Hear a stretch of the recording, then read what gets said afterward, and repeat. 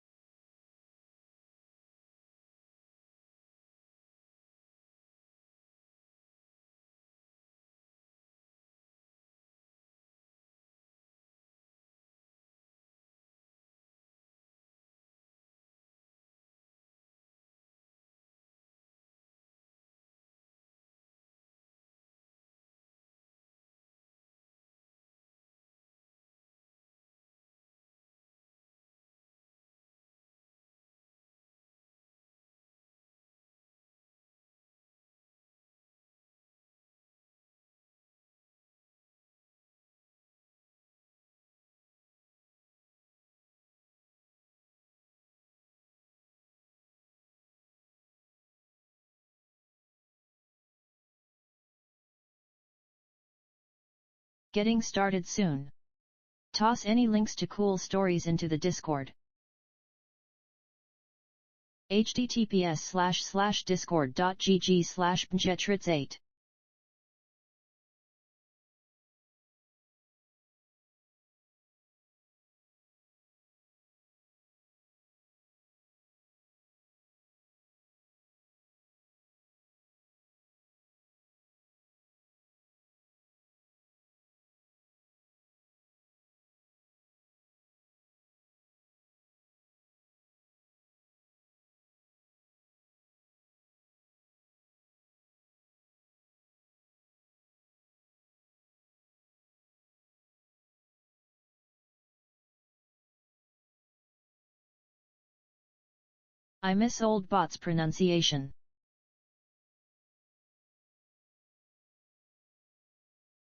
Me too, but she died.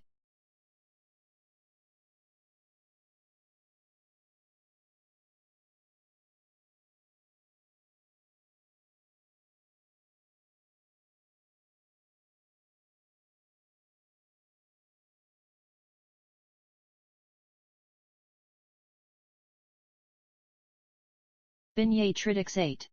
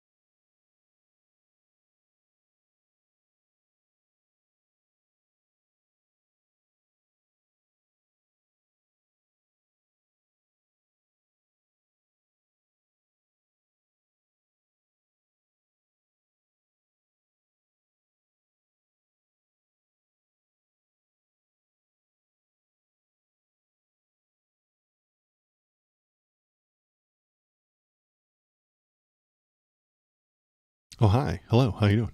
My name is Waldo, and I'm here to feel the politics with you. How's everybody doing today? I am doing great. It is not a very sunny day today, so that's always good. I always like the overcast, bright enough to see what you're doing, but not raining. My favorite kind of day. Today is Saturday, so what I've got is a handful of links and updates and headlines to look at. We will look at those. Then I've got a little bit of a rant put together, and I'm going to make a Venn diagram because I really do think that there are 3 ingredients required to be a conservative. And I'm going to put them into a little Venn diagram. We're going to look at it. We're going to talk about each one and how you can not do that, not end up there, and how we can get people out of there. It's a whole thing. So we'll look at that. We'll come up with some ideas. Feel free to jump into chat and tell me what you think and tell me what you're feeling. Then if we get done with all of that and there's still some time, we'll watch a Nazi do a press rally or we'll watch Stephen Miller, the Nazi, do like a press briefing. It's a whole thing. And then maybe we'll look at the alternate press briefings that are happening. It's disturbing. It is really weird. And I don't know what to make of it. You guys got to tell me what you think of it. So that's what we're doing today. If we get a live one in chat, then maybe we'll chat. I'm going to leave the robot on until I get to the rant part because I don't think any of this is going to make for a good YouTube video specifically. But maybe it will. Maybe it won't. I don't know. Hop into chat. Tell me what you're thinking. Tell me what you're feeling. If you're in the Twitch chat, a robot will read your text out loud. It's very fun. It's very interesting. Go on over there to Twitch and type something. Truth and reality doesn't matter anymore. I know it doesn't, but maybe we can get back to a place that it does. If you're in the YouTube chat, that is cool too. It's just a little slower. I still love you. Please say something. It'll appear on screen. If you want to watch old videos, you can go to the YouTube link right there. She's not going to read that. That's good. So that means I kind of set it up properly. Going over to the YouTube link and watch old videos and stuff like that. I take all of these streams, I turn them into little videos, and then put them up on the thing. And maybe the algorithm, if it's feeling benevolent, will do something for me. Like the stream, comment on the stream, comment on the videos, smash the like button, break the bell, destroy the thumbs up, and spread some hate in the comments because YouTube's algorithm is powered by hate. The more hate you spread on YouTube, the more YouTube likes me. I showed just like you said. Yeah. Thanks, Moose itself. I appreciate you being here. And yeah, YouTube comments are really, really slow. There. That's how long it takes. Like I saw your comment and then I read it and then I thought about it. Then I read it out loud and then we wait a little bit and then it appears on the screen. YouTube is the slowest chat. I appreciate you, but it is the slowest. If you don't want to go over to Twitch to give Jeff Bezos your money, I respect that. I really do. Thank you for following any of it. Smiley face. Any of it, you just turn a frog. I hope you're proud of yourself. Anybody who follows me on the Twitch or Kick, you turn a frog gay, and I'm proud of you. I'm glad you did it. That shitty AI created Christian memes. Well, we're gonna look at that too. I don't know that it was fake. I'm getting different reports on whether or not it's fake, but we'll get to that. Let's start with some headlines. What are we doing? Okay, here we go. This one made me happy.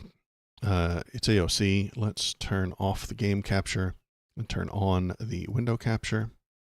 Then we go over here to AOC. We'll look at an actual leader. You know? She is a leader. Let's hear what she has to say.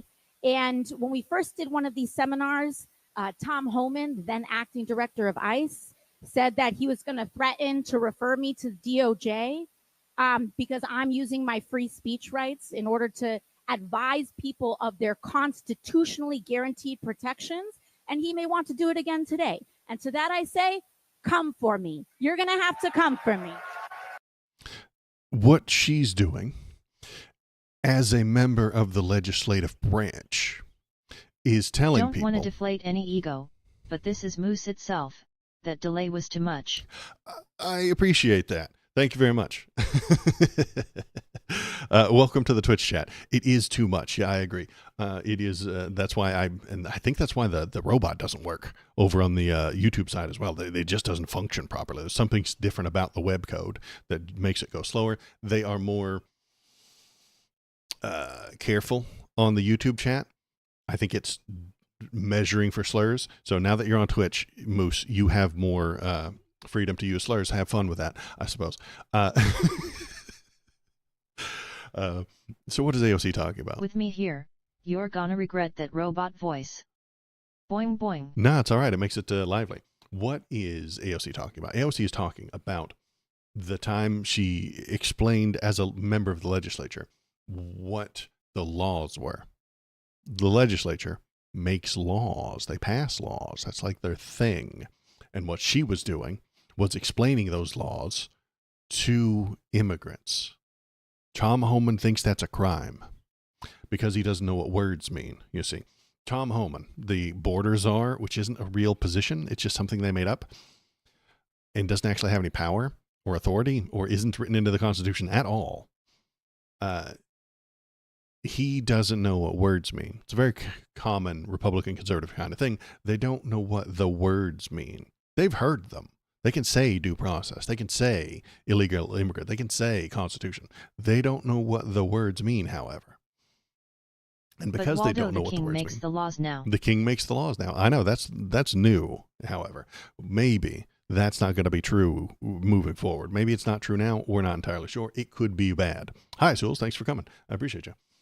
So yeah, Tom Homan doesn't know what the words mean. So he doesn't know what the Constitution means, or what immigrant means, or what legislation is, or what is anti-immigrant, or what is anti-constitutional, or where legislation comes from, or where it goes, or what it does, or what laws are.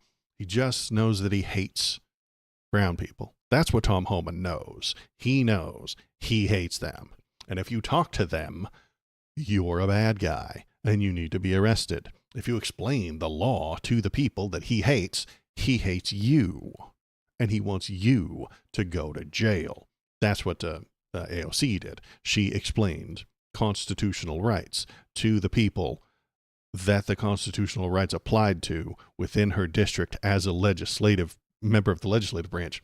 And he thinks that's illegal because he doesn't know what the word illegal means. He thinks the word illegal means things he doesn't like. Let's keep listening. It really isn't that they don't know, though.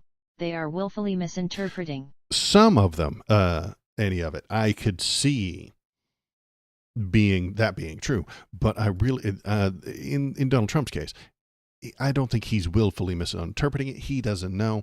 In Homan's case, he doesn't know. Your Stephen Millers, your Pam Bondis, they know. The people who are driving the agenda, they know. Who's it?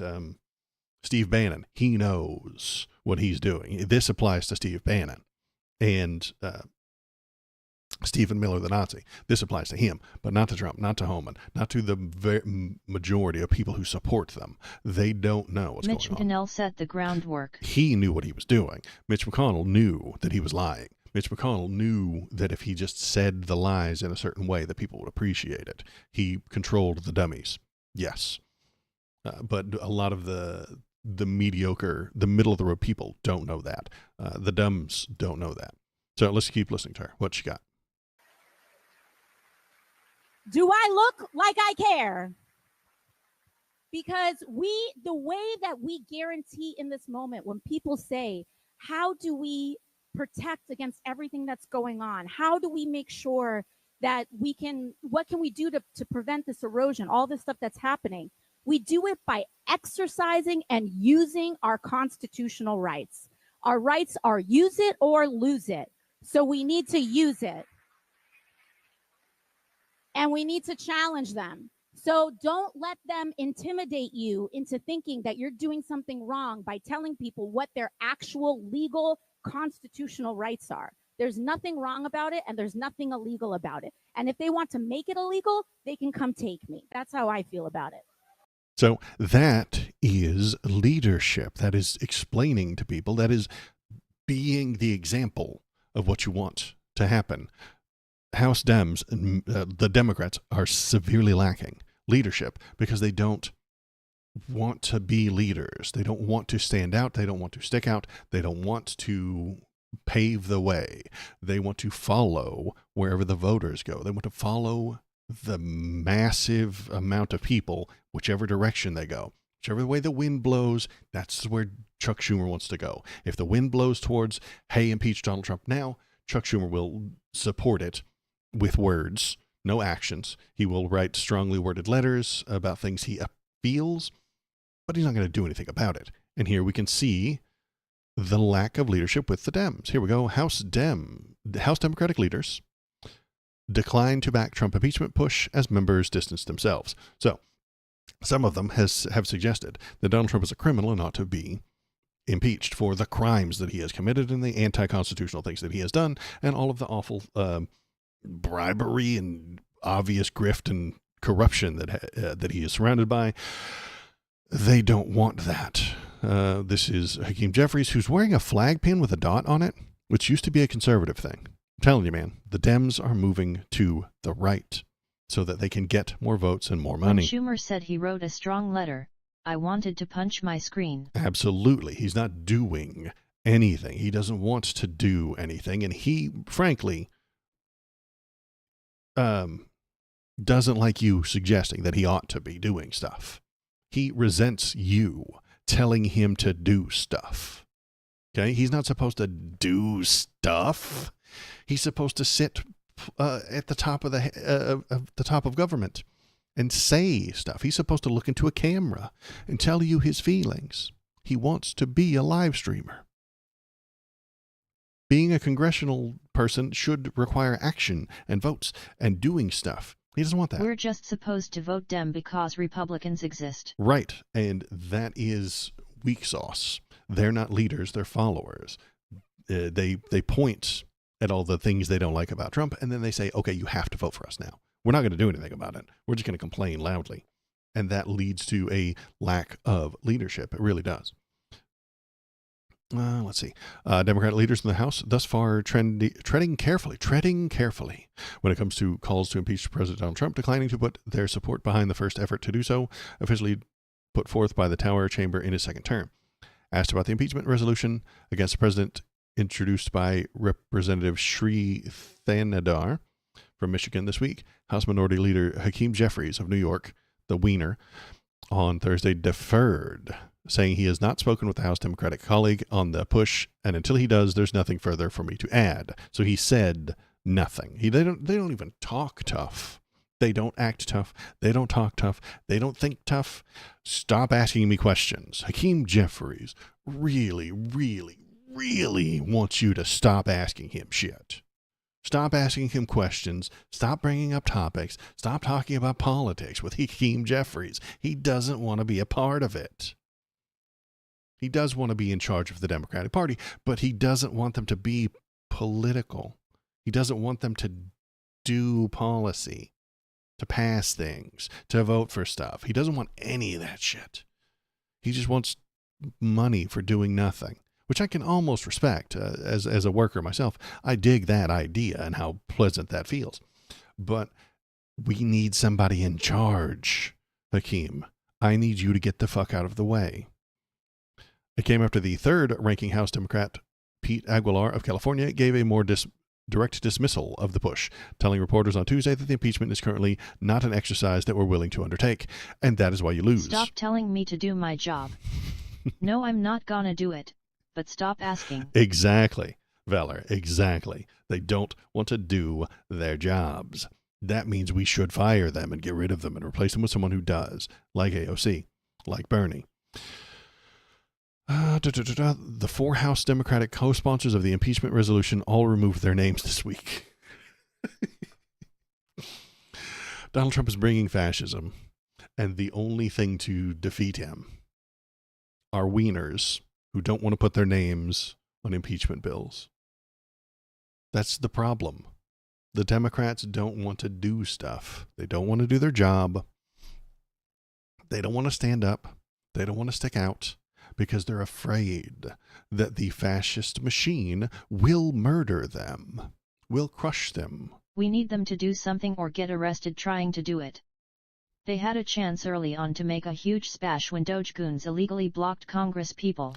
And they did a little bit of a rally. I know Chuck Schumer was standing outside in the cold outside, but it wasn't enough. Physically get in the way. I said this last week when we were talking about arresting judges.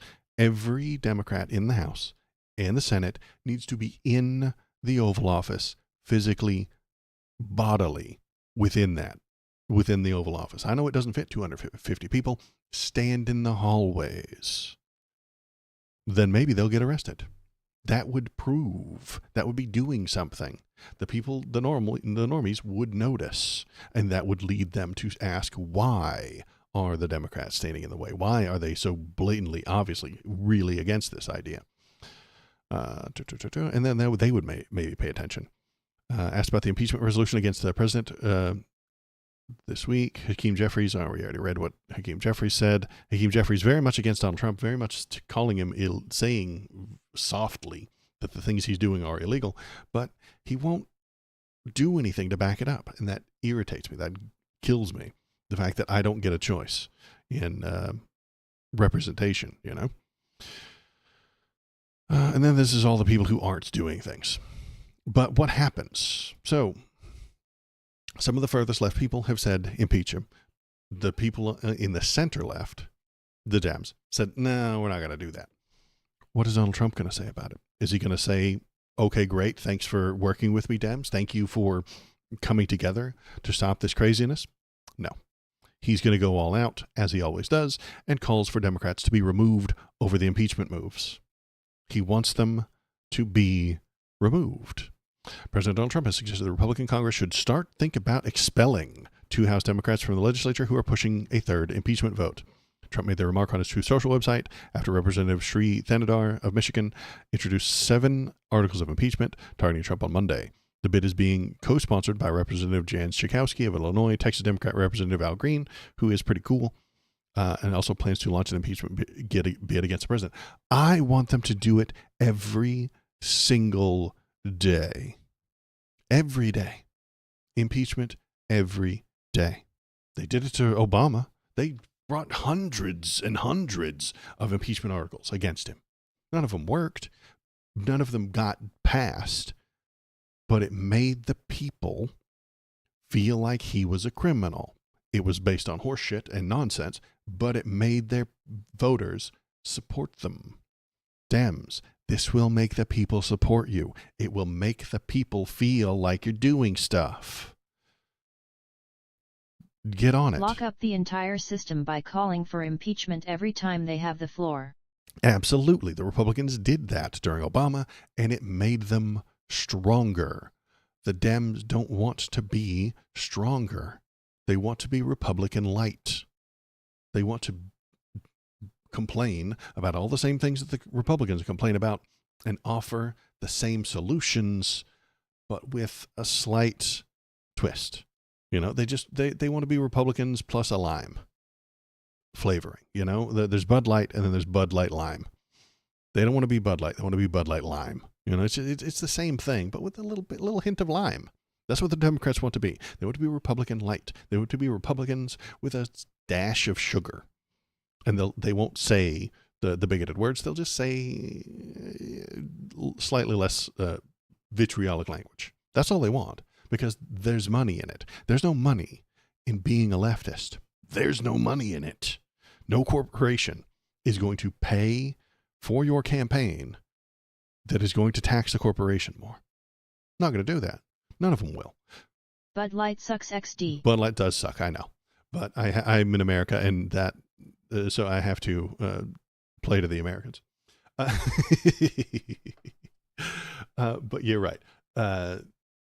There's no money in leftism. The further left you move, the less money you get.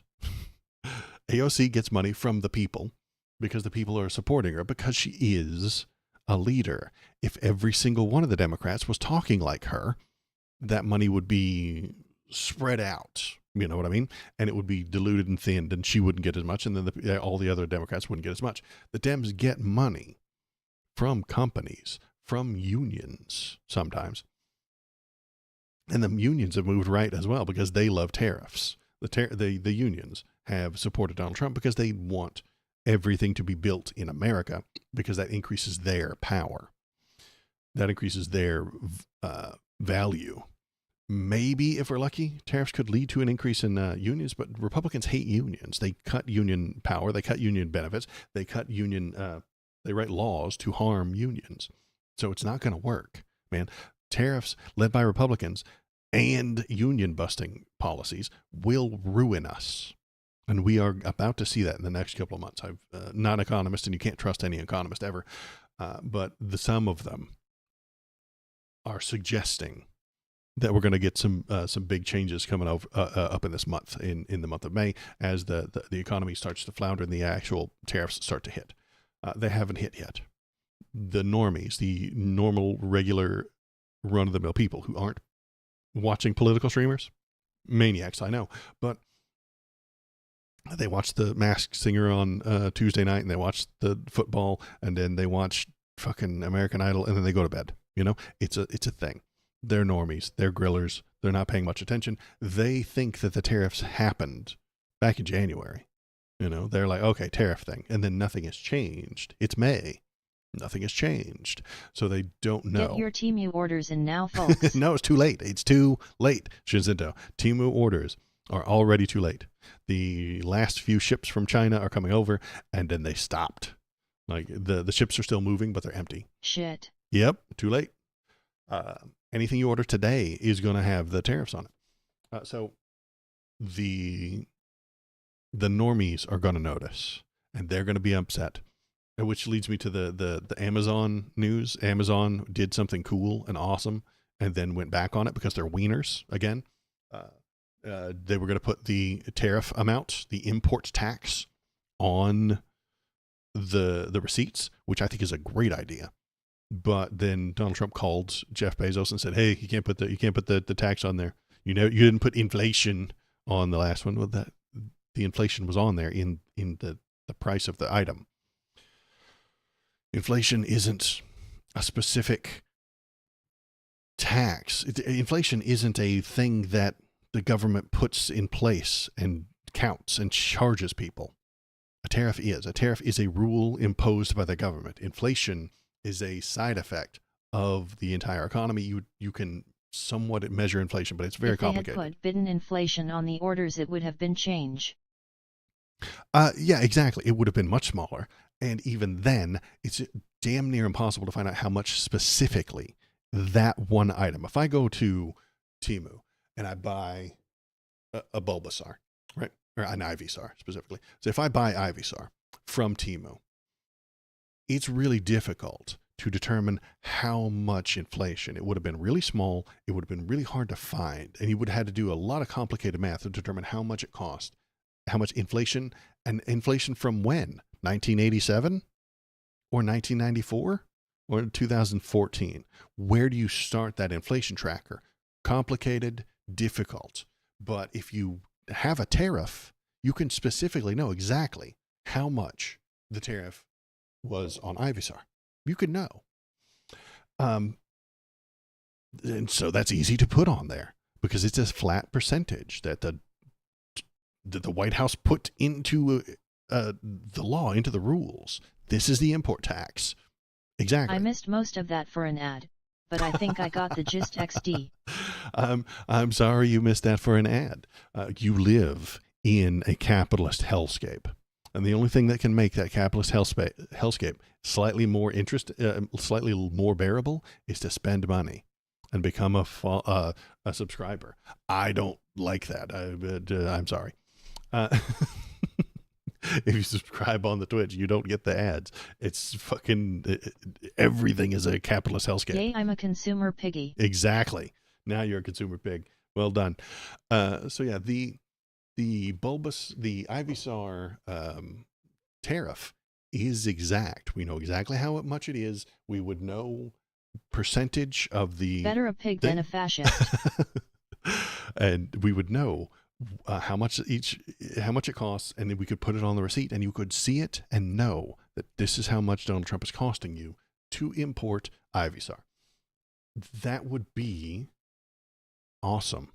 But Jeff Bezos is a wiener, and most people are gonna not put that on there. I think Temu might be doing it because Temu isn't an American company, but Jeff Bezos is an American citizen. He speaks English and goes to events where Donald Trump is in charge. So he has to listen to that guy. Temu doesn't. Temu puts that import tax on there, and you see it, that's good. But Donald Trump has very little control over them as a company. He can hit Amazon with bigger tariffs, with investigations. Pam Bondi, the Attorney General, is corrupt entirely. And if Donald Trump says, go investigate Jeff Bezos, she will. Doesn't have to be a crime involved. There doesn't have to be anything involved. It will just happen. They'll make some shit up. They're just asking questions. We're just investigating. They'll use the Department of Justice as a weapon. It's a thing that they said they wouldn't do. It's a thing they promised they wouldn't do. And they complained when Obama did it. He didn't. He didn't do it. But victimization is a very big part of being a conservative. Let's see. What else do we have to talk about today? Oh, hey, this is slightly good news. A Trump-appointed judge has barred the administration from removing migrants under the Alien Enemies Act, saying that Trump's invocation of the law in the context of Tren de Aragua was illegal. They're not an invading force sent by a country. And because they're not, then you can't use the Alien Enemies Act because it's not an invasion. It's a migration. There is a difference. What do we got? We've got, let's read this. As to the question, the historical record renders clear that the president's invocation of the AEA through the proclamation exceeds the scope of the statute and is contrary to the plain... He's going to appeal it, but it is good to see the system holding together so far. Exactly. The plain, ordinary meaning of this statute's terms. As a result, the court concludes that, as a matter of law, the executive branch cannot rely on the AEA because they're not invading. They're not. That word has a definition. Invasion has a definition. Donald Trump ignores that definition because Republicans don't know what words mean.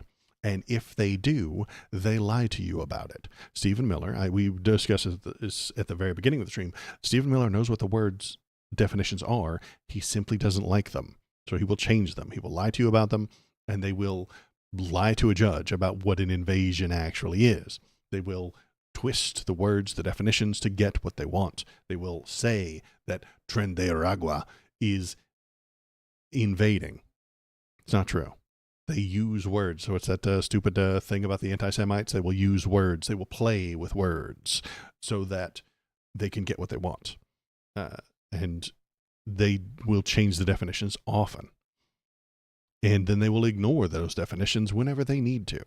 They will force a definition on you and then ignore it when it benefits them. This happens when you are discussing Kilmar Abrego Garcia. He is... according to them, an evil, terrible nightmare monster, but there's no evidence to it. They'll just say that he's a gang member. And look at those tattoos. And the tattoos prove it. All the way back in the eating the pets phase, they kept saying illegals, but then they would only talk about legal residents. Absolutely. So, yeah, J.D. Vance did this. He said illegal aliens are eating your pets, but then we proved that those people were brought here legally, properly, through the government channels. And he said, okay, well, the one time he kind of got challenged on it during the VP debate, he was like, well, yeah, they did get brought in by the government through the process, but the government shouldn't do that. And because they shouldn't do that, according to my preferences, it is illegal.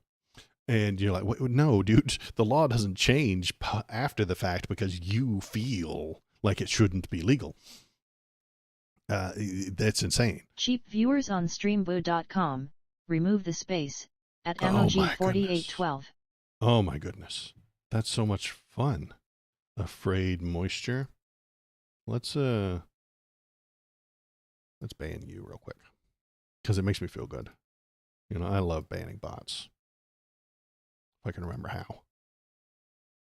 OMG. Such cheap they were. I know, right?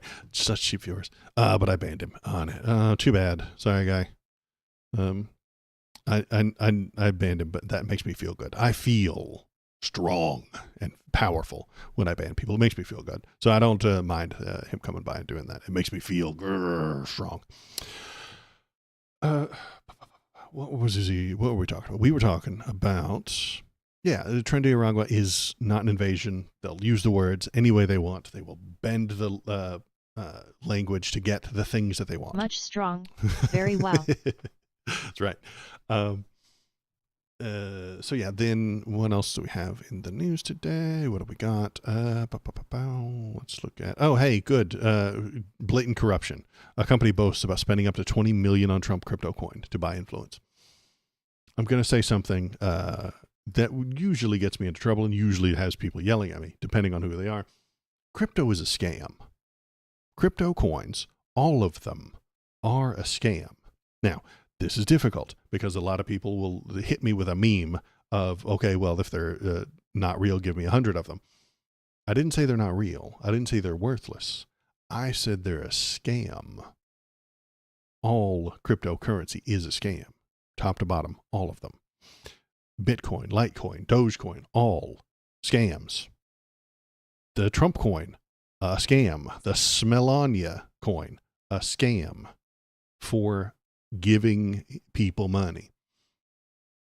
When it was Bitcoin, it was drug deals, honestly, and trading outside of the regular tax structure so that you can try to dodge the IRS. They're getting a little bit better about that, but I got a tinfoil hat theory over Trump coin. Oh, well, is it companies give him money and then he gives them stuff? Because that's not a conspiracy theory anymore. That's just a fact. That's just happening every day. Hit me with your tinfoil hat theory, though. I'm on board for it. I'll put my hat on. Give it to us. Let me know what it might be. He's using it for bribes yet. Yeah. You got it. Yeah, I'm going to take my hat off because it's just happening.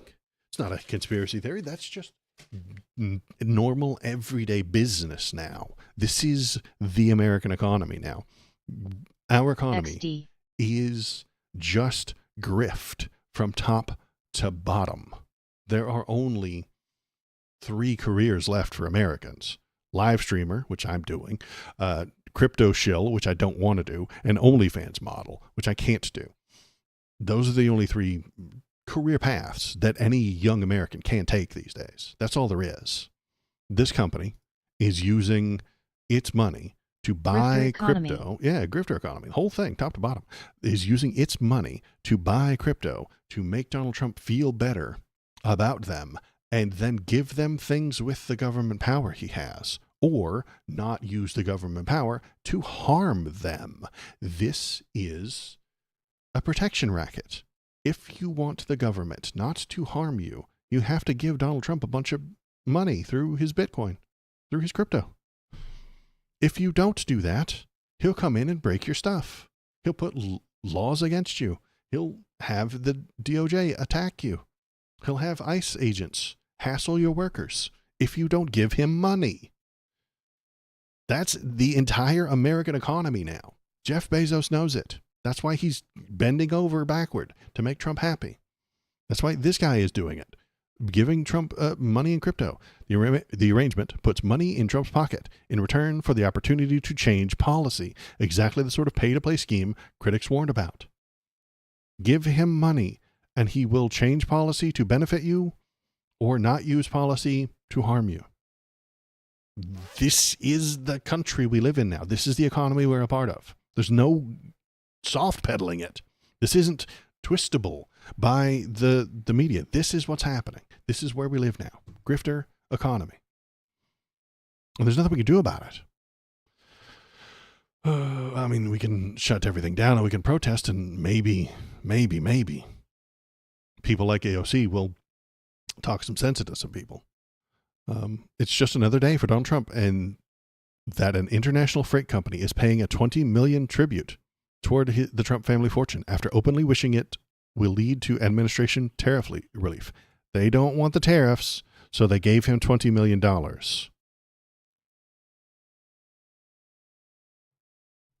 They don't want the tariffs, so they gave him $20 million, and maybe he'll remove them. Maybe he won't. What have you done for Donnie lately? What have you done to scratch his back? How much money have you dropped on his stuff? If it's not enough, you don't get the thing you want. And have you said thank you? Yeah, did you say thank you? Have you been gracious enough? Have you been showed enough gratitude for Donald Trump for putting the tariffs on and making everything better and then taking them off when it makes everything worse? You better thank him by giving him a lot of money. Crypto is a scam, top to bottom. Donald Trump is using it as a scam, blatantly, obviously, out in the open. And there's nothing that the Senate Democrats are going to do about it. Chuck Schumer will write a sternly worded letter and then start his own meme coin, I bet. Chuck Schumer's looking into that. I bet every one of the Dem leadership, I bet Hakeem Jeffries is looking into this whole meme coin thing because they could just sell that in an email to the Democratic donors and be like, hey, listen, we really, the Democratic Party is the power, is the shining city on a hill, the night and the stars in the night sky, and they'll sell you a really nice narrative. Give us money. We will be the bastions of freedom. Give us money. We will stop the corruption within Washington. Give us money. We will press forward and we will not allow bigotry. Give us money. Giving authoritarians what they want only emboldens them to demand more. Exactly. That's how blackmail works. You pay to make them stop, and then they ask for more. That's how blackmail always works. That's how go watch Goodfellas. It was a protection racket. I know it's a very good movie too, but they had to say, there was a very famous line from Goodfellas, fuck you, pay me. Okay, that is what Donald Trump is doing. Fuck you, pay me. And that is where we live now. Mafia extortion. Exactly. The bad business, fuck you, pay me. Your shop burned down, fuck you, pay me. I broke all your stuff, fuck you, pay me. That is the mafia extortion that Donald Trump is running right now. That is our country now. And you know who this reminds me of? This reminds me of Russia. This is the system that they set up back in the 80s in Russia. If you get into legal trouble in Russia, you're arrested for some fucking thing that you did or didn't do. It doesn't matter. You have to figure out which judge you have to pay. And then you pay that judge, and then you're let off. That is the system that they have over there now. If you want a government bill passed, you find the right politician, you pay them, they pass it. You want a company built a certain way, you find the right person in charge, you pay them, then it gets done. It is only... It's anecdotal, but Trump literally played himself in a show about mobsters where the mobsters came to him for advice. Oh, I don't remember that one, but that sounds like something that he would do. He is a mob boss. We live in a mob country now where you just pay to have things done. And if you have to go through the extra step, we're still going through the extra steps of giving it to the crypto, but that's barely even a step. That's slavery with extra steps. As a good old, that's capitalism with extra. That's bribery with extra steps. Morty, that's bribery with extra steps. Morty, I can't do a Rick voice. So what else is in the news? What do we got? We've got. Okay, so this is going to lead me into my my super fun rant. This might be a real photo. Some people are saying this is real. Some people are saying this is AI, but it is a thing. If it's real, they put him in the costume so that he could take the photo. This guy, Aaron Upar, who is pretty honest, is saying it's real.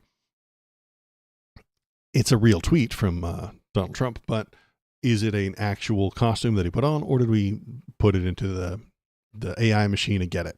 I don't know. I made a video about this last week. I released it on Friday, so yesterday. So I put out a video about this on the YouTube. You can go on over to the YouTube page, watch that video. It's got Trump in a hat. It's a thing that I did.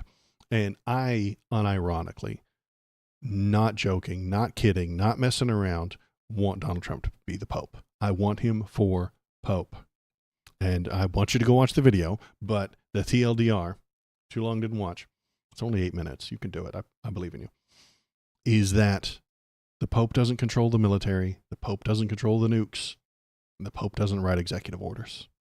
Let's make him the Pope. Trump 2025. Exactly. We want him, Pope Trump, today, tomorrow. And the Pope doesn't have anything to do with the Constitution, so he could go do that. He can just go over to Europe. He could stay in Mar-a-Lago and he could just talk all day long. He can leave the world of law and courts, where he loses pretty often, and go into the world of make-believe and faith, where he often wins. His followers would see this as a upgrade, as a promotion, and it would make them feel good. They would feel like they're winning. And then he could go away. And he could be somewhere else. And he could say all the things he wants, and nobody could stop him. And the courts would leave him the fuck alone. The courts would all just abandon him because he's not doing anything anymore. They would leave him. He would distance himself from all of these court cases. The government would be a mess, and we would have J.D. Vance as a thing, but we could probably have J.D. Vance go over with him. I'm not saying J.D. Vance would be better, but J.D. Vance doesn't get Make Vatican great again. Make Vatican great again. J.D. Vance doesn't get the votes that Donald Trump does. He doesn't get the people to vote for him. There are an awful lot of people who only pay attention to politics because of Donald Trump. If he were gone from it, disappeared from politics, they wouldn't pay attention anymore. They wouldn't be voting. They wouldn't be showing up. They would just follow Trump into the whatever new thing he's doing. And they would be interested in that, but I wouldn't. And that doesn't harm us, so it's fine. But yeah, going over to the YouTube, watch that video. It's very good, I think. Well, it's just me talking. Of course, I think it's good. But I think I have some good points. So, is this a distraction? That's the other important bit. Is this, oops, how did I doof that up? Is this a distraction? Yes, of course it is. He puts on the costume. He wants us to yell about it and scream bloody murder, which, like all of the liberals in this thread are doing. They're like, I hate it. Blah, it's terrible. Blah, he's joking. Blah, it's not a joke. He's an asshole. Is the Pope supposed to be Catholic? Blah. You're all being distracted. Yes. But we can use that against him. Double down on the distraction and make him try to become the Pope. The amount of time he actually puts towards becoming the literal Pope and doing this dress up is time he's not destroying America. I know if this was real, it took him a few minutes to put it on. Those are minutes he's not killing the country. If this was an AI thing, then the people who work for him spent some time putting it together, and that's time that they weren't killing the country. It's AI for sure. It's AI for sure. Some people are telling me it's real, and he literally put that costume on. I don't know. It doesn't matter. Double down on the distraction. Let everyone know we want this to happen, and he needs to work towards it. He will then work towards it, and then not work at destroying the country. He will put out fewer executive orders. His goons that work for him will put out fewer executive orders if they're working to make him the Pope. The amount of effort they put towards it is beneficial to America, because then they won't be harming America. And so I'm saying double down on all of his distractions. As long as they're not like war with Greenland, maybe. Double down on this distraction. When he does a distraction, when he does something stupid that doesn't mean anything, double down on it. Make him talk about it more. The more he talks about being Pope on his rallies is the time he's not talking about the economy. And so I'm kind of on board. I kind of want this to happen. What is he distracting us from? The budget. So Trump's budget proposal formalizes the paranoid style of government policy. If his goons are making photoshops of him wearing the Pope hat, they're not writing budget statements. They're not creating budgets. And I know. Budgets are boring, Waldo. I know. Stick around.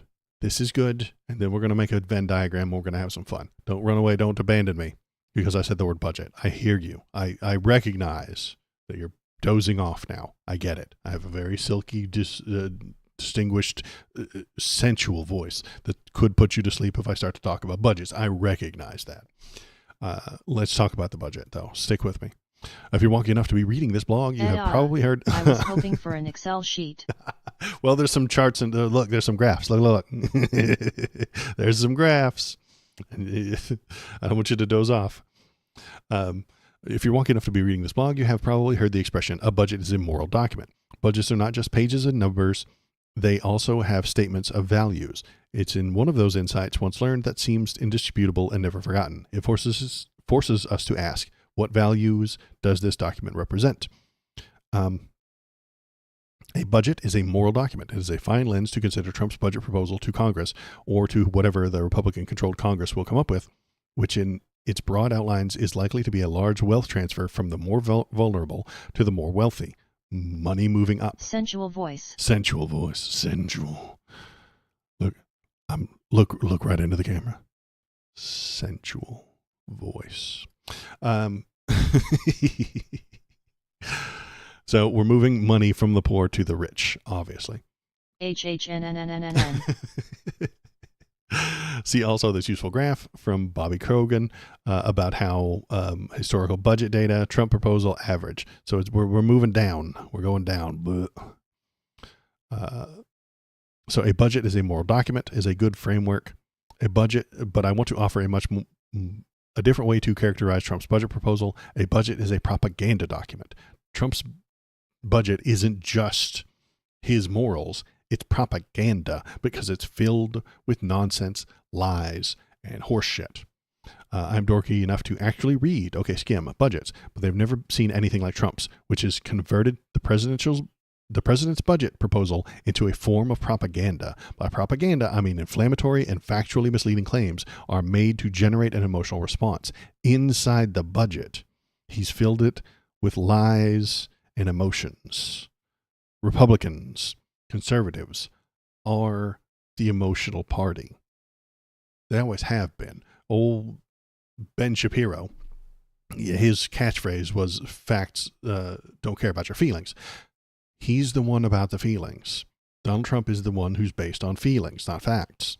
Conservatism is based on feelings of fear, otherization, bigotry, and xenophobia. Those are all feelings. Those aren't facts. Those are feelings. And they're going to put that into their budget documents. Agencies are portrayed as engaging in conspiracies and corrupt behavior, radicals, working for un-American causes and foreign enemies. They, therefore, must be punished in the form of draconian budget cuts. The parts of your government are un-American and taking bribes or something from un-America. 5 minutes ago, we talked about a foreign shipping company giving Donald Trump $20 million through his meme coin. He is the one taking money from foreign companies. That stuff is just words as weapons for his followers in the government to wield. I've been watching House Judiciary meetings and you can see it in full action there. Absolutely correct. They use these words. Un-American equals four people. Four people. Yeah, exactly. One Un-American is whatever the hell they feel like. If they feel like they don't like it, it's un-American, it's unconstitutional. Tom Homan feels like he doesn't like AOC talking to immigrants. So he feels that that's against the Constitution, and he feels that that is against the law. It's not, but he feels like it is. All politics are based on feelings. I've said this 1,000 times. It's the entire linchpin of my entire political ideology. All politics are based on feelings. Yes. Mine, yours, left, right, center. My feelings tend towards human freedom. I feel like humans should be free. There's no math equation that proves that. There's no factual basis for that. I just feel like it should be. Humans should have freedom, and the government should work to protect the freedom of these people. There's no algebra that makes that true. There's no physical law of nature written down by Newton to make that true. But I feel like it is, and I feel like I want it to be that way. Conservatives feel like they hate people, like they hate the immigrants, like they don't like the people who are different, and they feel like America should be for Americans and Mexico should be for Mexicans. They feel that. There's no math problem pointing that out. Sometimes they layer math on top. That's what the conservative grifters will do. Ben Shapiro will feel like people shouldn't be in this country, and then he will put a math problem on top of it. God-given rights. I don't like the use of God, but it gets the idea across. Yeah, exactly. And the government doesn't give you your rights. You have your rights, and the government protects them. That used to be a conservative stance, but they've abandoned that shit because they don't feel like it works for them anymore. Let's keep reading about this budget. Most of the tabs on their website are fact sheets. Most of the tabs are not live, but the fact sheets are woke and weaponized. Key themes in the president's budget. The administration did have time to provide routine budget documents thus far and analytical perspectives, but have produced fact sheets about open borders and Green New Scam. Where does pivot to propaganda come from? Well, look no further than the Office of Management and Budget Chief Russ Vought. So Russ Vought, the Nazi, is he wrote most of Project 2025, which I've talked about 1,000 times. They're definitely doing. Weaponization is a useful trope. It allows government officials like Vought to mainline conspiracy theories while also justifying both hypocrisy and radical actions. They feel entitled to punish their political enemies because they claim they themselves have been the victim. The political enemies in this case include core public services and anyone who benefits from them. If you benefit from the government action, you are the enemy of Russ Vought, and Russ Vought wants to harm you. The emphasis on these themes in the new president's budget documentation confirm. I looked at both the president's first and last budget in his first term, blah, blah, blah, blah, blah, blah. So let's look at these fact sheets. What is their purpose? It is to embed wild tropes into government policy. Whatever is woke or weaponized or a scam is inherently corrupt. On this basis, the document promotes truly extraordinary cuts in the area of science, National Science Foundation, and sees a proposed 56% cut in the National Institute of Health, more than 40% the State Department, and international programs will be cut for 84%. IRS will be cut by $22.5 billion, representing almost all of the cuts from its department treasury. So cut the things that they don't like, say that they're a weaponized scam and woke. The words don't have to mean anything. The IRS is woke, cut the IRS. The food stamps are woke, get rid of food stamps. They'll do whatever they want. Under the weaponization fact sheet, OMB says this about the IRS. In addition to the IRS being used in past Democrat administrations to target conservative organizations.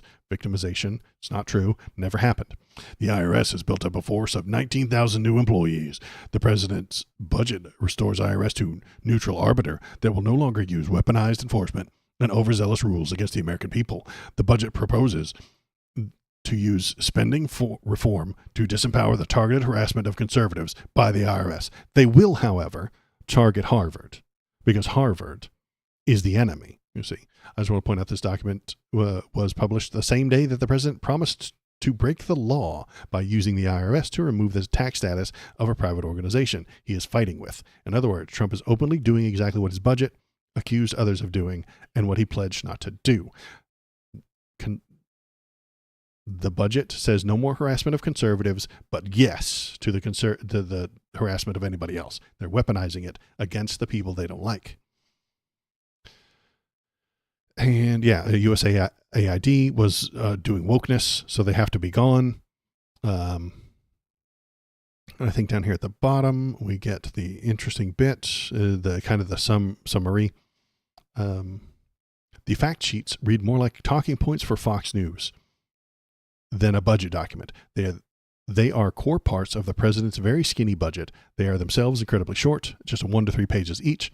They are an embarrassment to some very good employees at the OMB who generally try to serve every president as they work for in a professional manner. They are declarations of faith rather than presentations of evidence.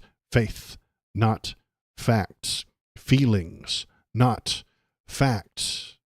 The Republican budget is faith and feelings.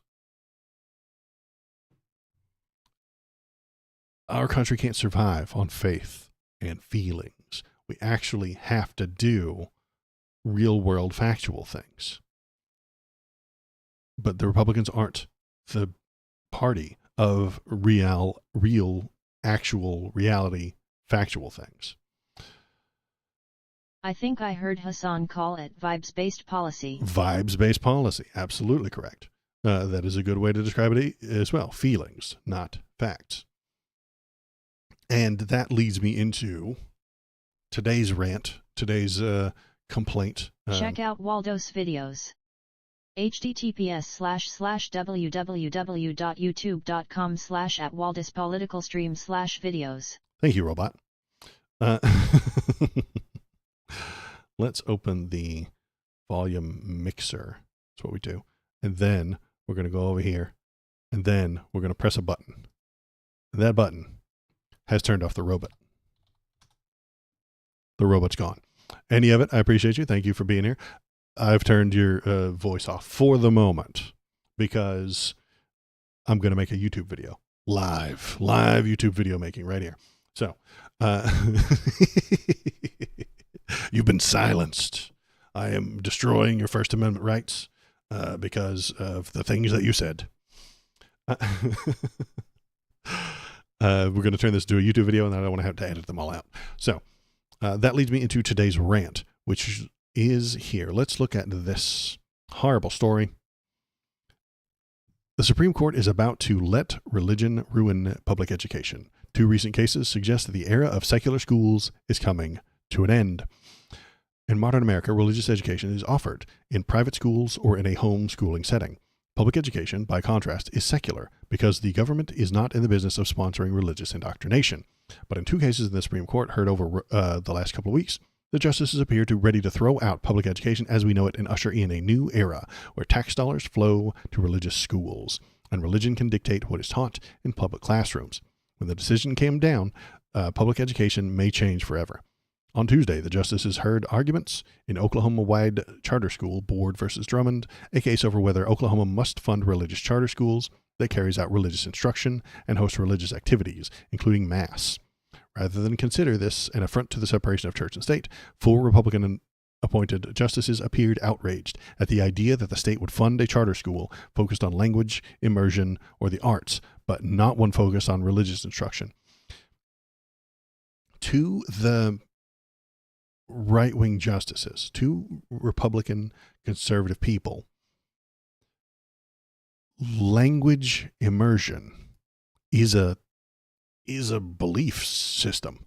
They don't know the difference between facts and beliefs. They don't know the difference between education and indoctrination. They don't know the difference. If they do, they're lying and pretending that they can't see the difference. Some of them, I think, can tell the difference. They just lie.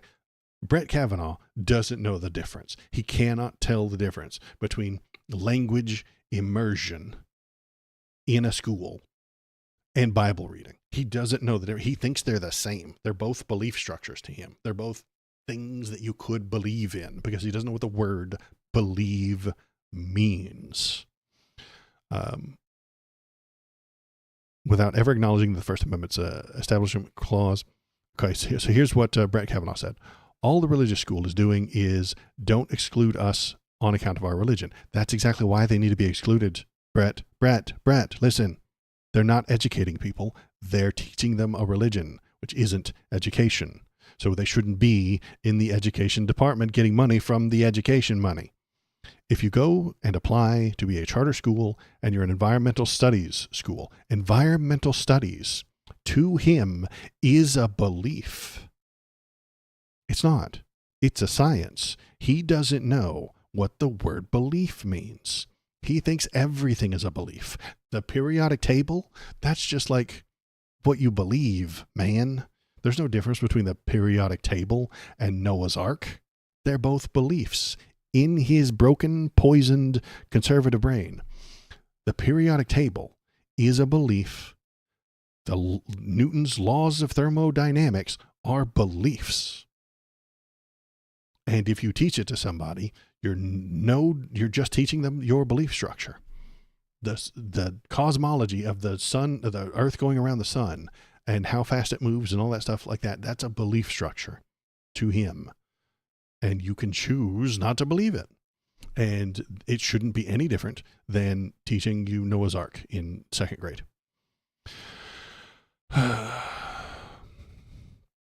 Okay, so let's read the whole thing. If you go and apply to be a charter school and you're an environmental studies school or you're a science-based school or you're a Chinese immersion school or an English grammar focused school, you can get in. And then you come and say, oh, we're a religious school. It's like, oh no, can't do that. That's too much. Because religion isn't education. You don't know the difference, but some of us do. English grammar is education. Chinese immersion is education. You don't know the difference between religion and education. That's why they can't get the education money. He continued, you can't treat religious people and religious institutions or religious speech as second class in the United States. And when you have a program that's open to all comers except religion, that seems like the rank discrimination against religion. No, you moron. If I were selling tires, I can't apply for education grants. I can't apply to get money from the education department. If my entire thing is selling tires, am I being discriminated for tire salesmaning? No, that's insane. Education and religion are two different things. So the religion doesn't get the education money. The tire salesman doesn't get the education money. He can't tell the difference because he's either a liar or so thoroughly religiously attuned that he doesn't know that there's a difference. As while religion is bad and you shouldn't tell your kids Santa is real. I recognize that Santa is a bit of a religion thing too. When you're conditioned to believe the things that aren't real, you know how people make reality-based decisions. Yeah, exactly. Faith and education are different things, and they need to be treated differently. So this led me to think about who believes what and why and stuff like that. Conservatives do not want people educated because education drives people away from conservatism.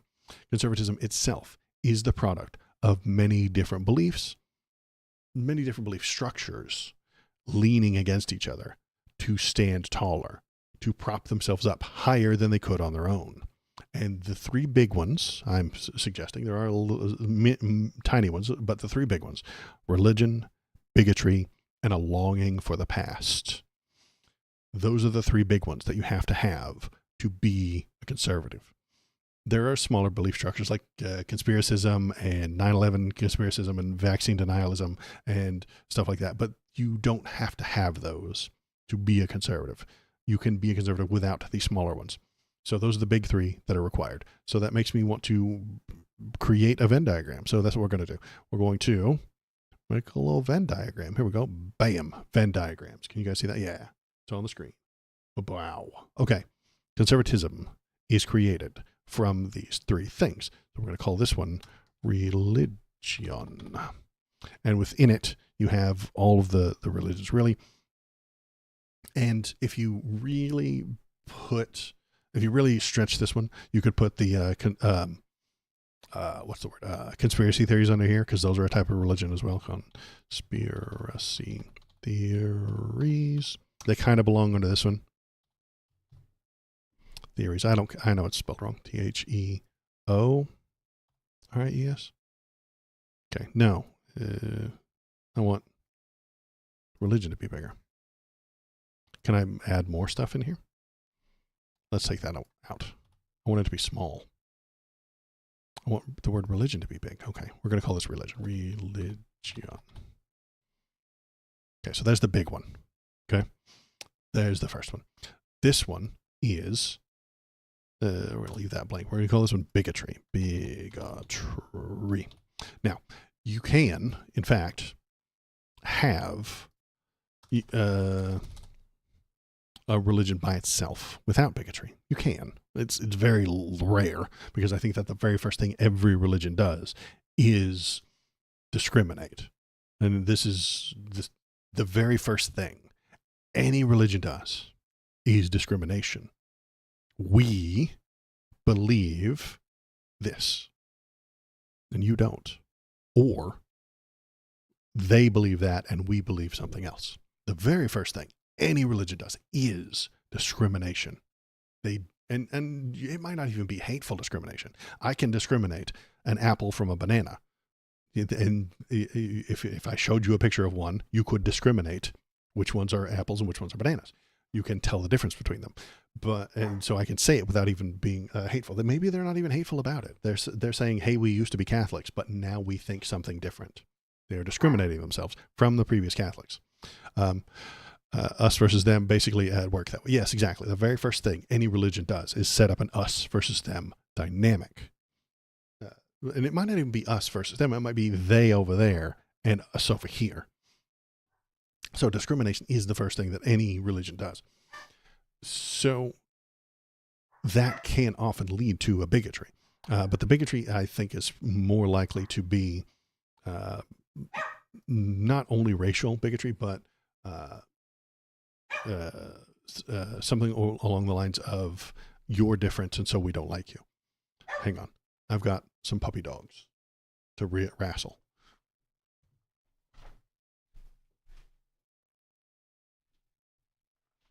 This is a Bobo bark break. Bobo, the baby bark boy, heard a motorcycle outside, and so he had to bark at it. And he had to bark at it and distract me and throw me off of my game. And so it's very hard to make videos and live stream. But Bobo is here to distract me and make everything more difficult. Big yawns. Okay. Bobo, if you distract me, I pick you up and then I put you on live. Okay? I'm just letting you know.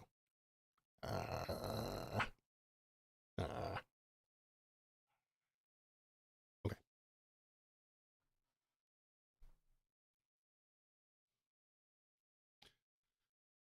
I think he's getting a haircut today. I've got all the stuff set up outside. I'm going to, I think he's getting shaved today because it is spring. It is coming up on summer. It is getting warmer. He has entirely too much hair for springtime. So he laid down. Okay, good. Yeah, they hate the motorcycles, man. And there's a bunch of them that you'll hear them in the background of my streams over the next few months because I leave this window open so that I can not die of overheating. He did drive that motorcycle away from his house. Yeah, exactly, Shinsedo, you're right. The motorcycle was coming to murder us until Bobo barked at it and said, go away. And then it went away. I mean, he believes in the power of barking. The power of barking always works. It's a belief that I cannot get out of him. Oh, geez, now my hair's all messed up. Okay, let's get back to making YouTube videos. Here we go. What the hell did I leave off? I was talking about the belief structure. So the first one is religion, and the second one being bigotry for people who are different. If you're different, we don't like you. You don't belong here, either because of your nationality or your race or your belief structure. America for Americans, you have to draw the lines. This is a very common thing within conservatism. Germany for Germans, America for Americans, Africa for Africans. This is the thought process of the people on the right wing. Draw those lines. Maybe you can travel across the lines if you set up the rules properly, but if you really go hard right wing, there's no reason to ever cross those lines. All the white people live in America, all the brown people live in South America, all of the Russians live in Russia, all of the Australians live in Australia, all of the Africans live in Africa, and you have to go back there because that's where you're from. This is bigotry. It's stupid, and I hate it. It is not a left-leaning ideology. It is a solid right form of bigotry. Then the third one is a longing for the past. So this one's hard to describe, but we're just going to call it longing. Conservatism is a backward-facing ideology. It looks to the past make America great again. Bring back the tariffs from the 1800s. In practice, the longer system like that go on, the more in and out groups created within the borders. Exactly. There will be ethnicities. There is a huge difference between somebody from New York, which is in America, and somebody from Kansas, which is also in America. The differences are shocking. Usually when in America, it comes down to rural versus urban. If you grew up in a city, you treat the world so much differently than if you grew up in a cornfield in Iowa. It's a very big difference between those two things. I think most things come down to that, and we'll get to that here in just a sec. But yeah, the longing is the third thing that you need to become to be a conservative. A conservative, longing for the past. Things used to be better back then. That's why they love Ronald Reagan so much, because he was the past. During Ronald Reagan's time, I'm old enough to have been around back then. They longed for the past. They longed for the 60s. That's why there are so many movies made by boomers about the 60s. Today, you see movies about the 80s because people used to always look to the past. Conservatism looks backward. Everything was better back then. Everything was good. Make America great again. Go to the past. Drive us backwards. Wouldn't longing be nostalgia? That is a good term. I appreciate you saying it, because I was looking for a word.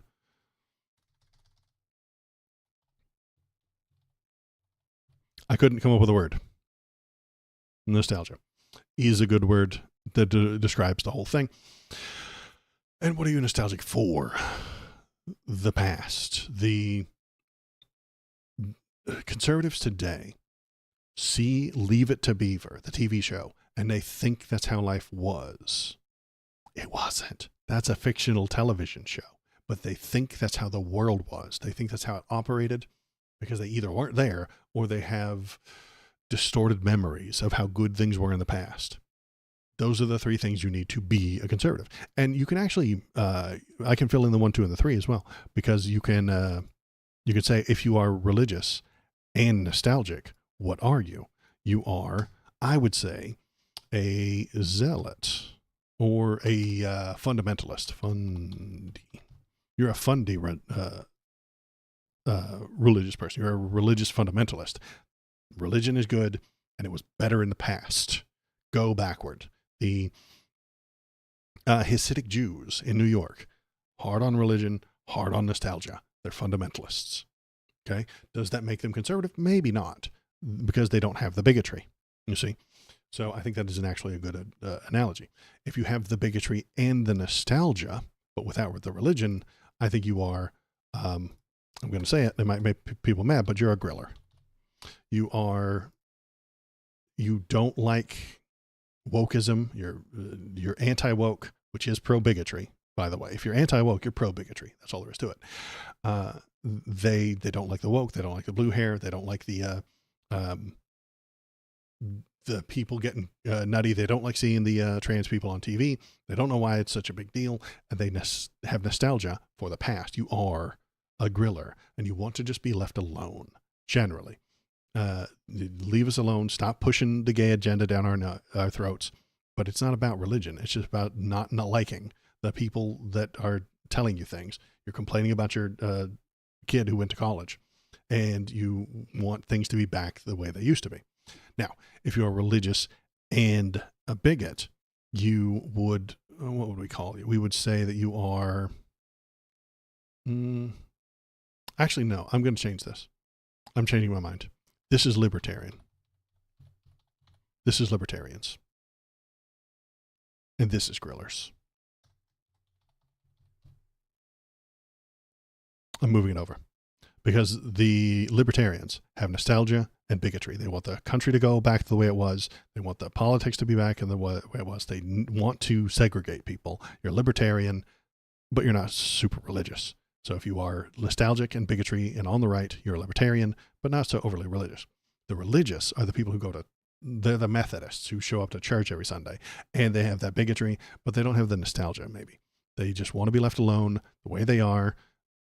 back in my day, insert something racist. Absolutely. So that's why I had to move them over here, because they generally go to church as well. The Hank Hills of the world. They go to church every Sunday. They go to they want to be left alone. Back in my day, they're grillers. And if you combine all three of them, you become a conservative.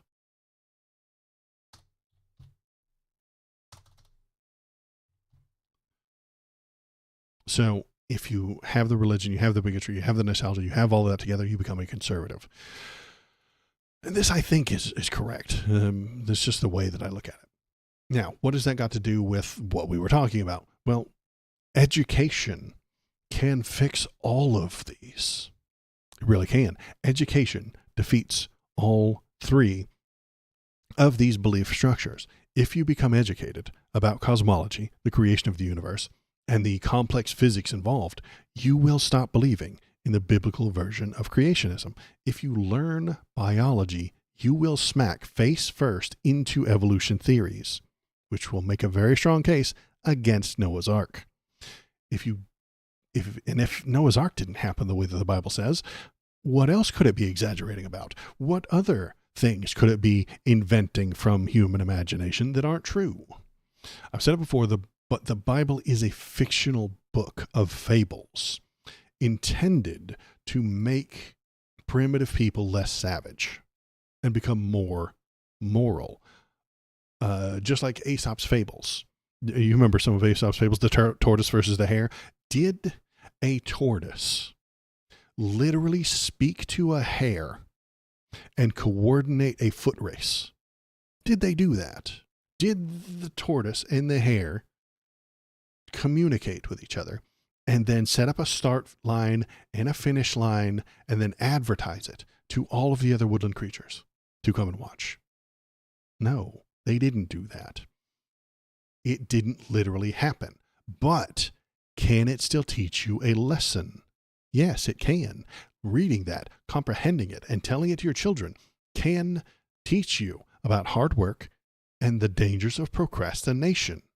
It doesn't have to literally be true. It didn't have to be a true story to teach you the lesson. The Bible is the exact same thing. It is a list of fables that are supposed to teach you to be a better person. Now, half of it has gone right out the fucking window because we don't have Lamanites and Byzantines and half of the races that were in that damn thing. They're all gone. So we don't need half of those stories. But if you tell me an interesting story from there, I can appreciate a lesson, even if it didn't literally happen. Believing the Bible is literally believing magic? Absolutely. Yes, they did, because I believe they did. Yeah, Shinseto believes that a rabbit and a turtle had a conversation and came to some agreement on where the start point is and where the end point is for their race. As an allegory, there's some pretty decent morals. Yeah, exactly. There are some decent morals in there, but it didn't have to be factual for it to be a good moral.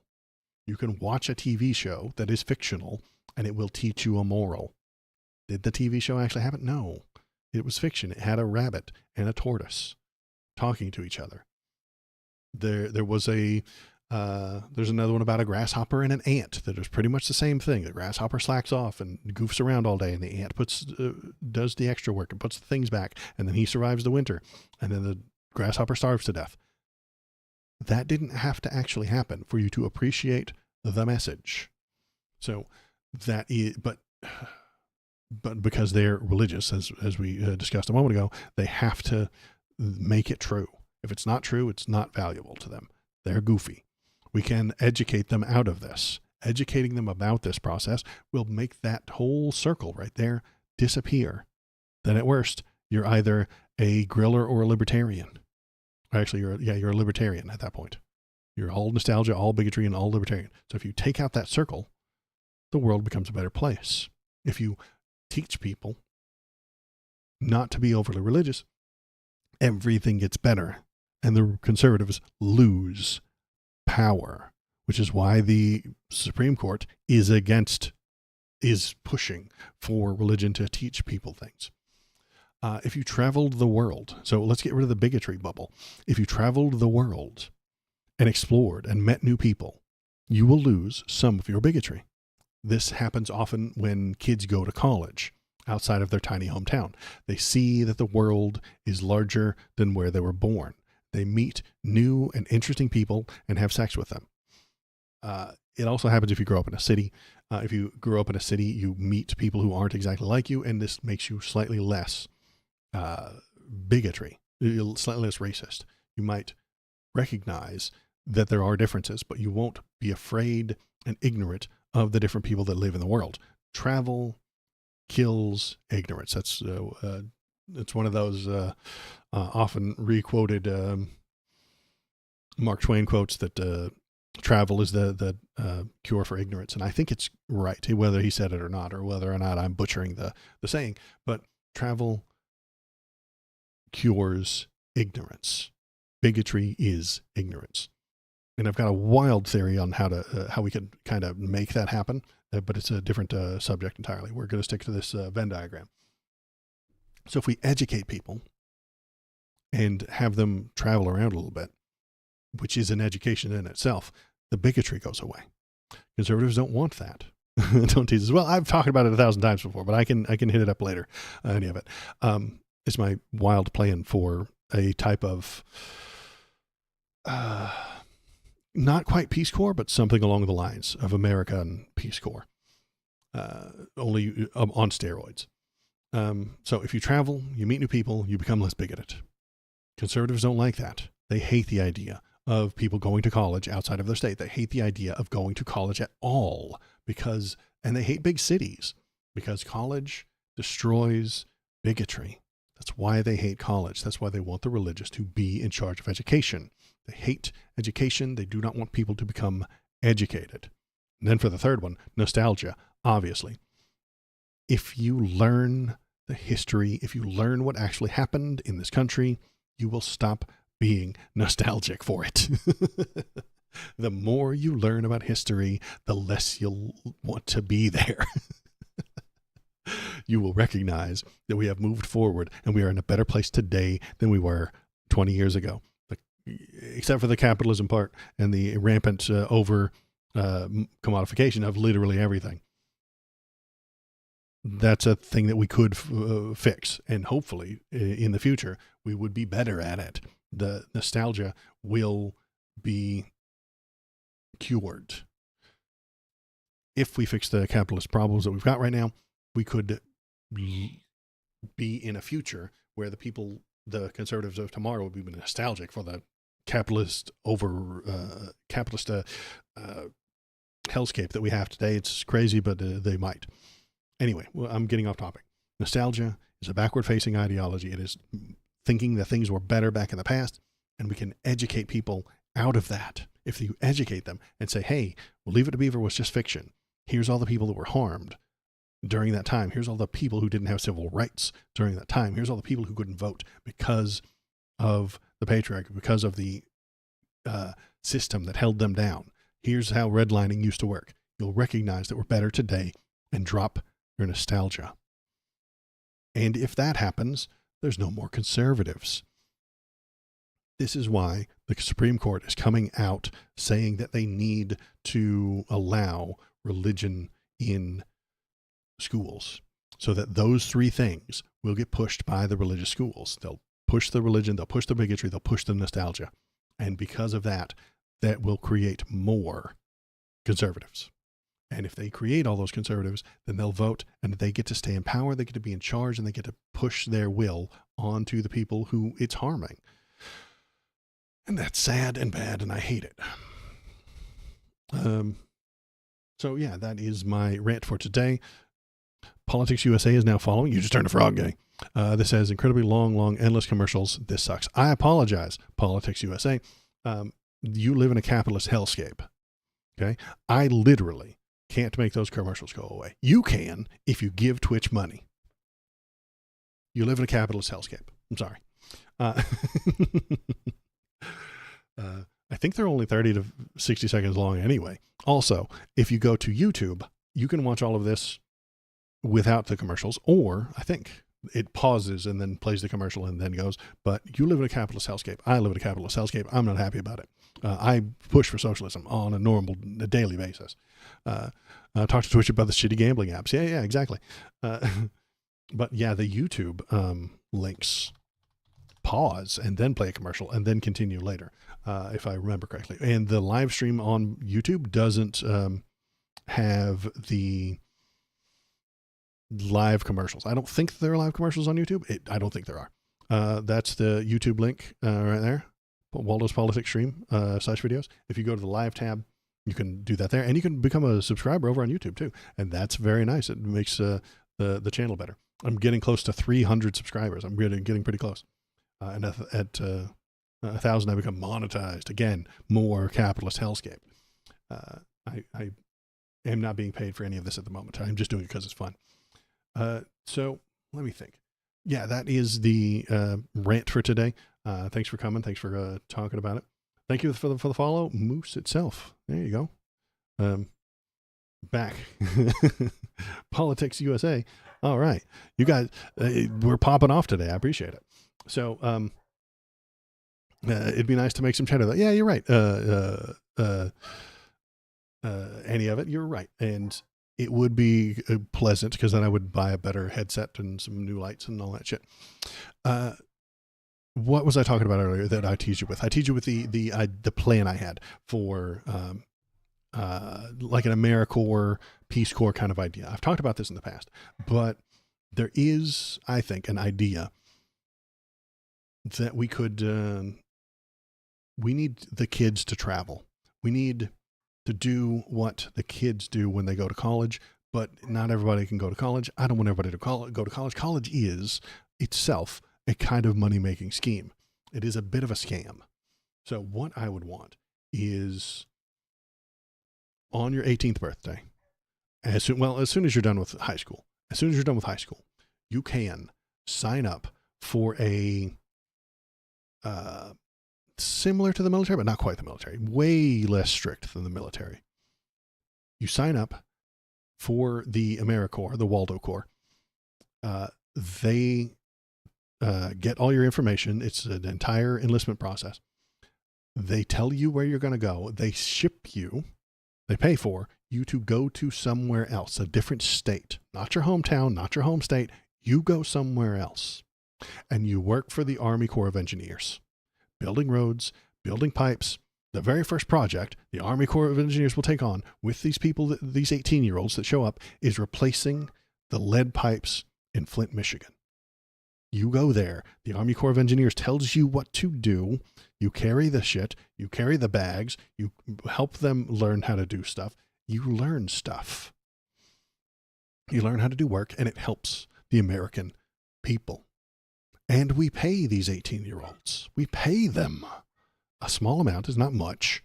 I mean, I don't know if you've ever noticed, but the E2s in the military don't make very much money. It's a very small amount of money that they get paid. The E2s and the E3s in the military, and what they do is grunt work. So I'm calling for grunt work for these people. Now, if you do that, let's imagine an 18-year-old signs on for this project.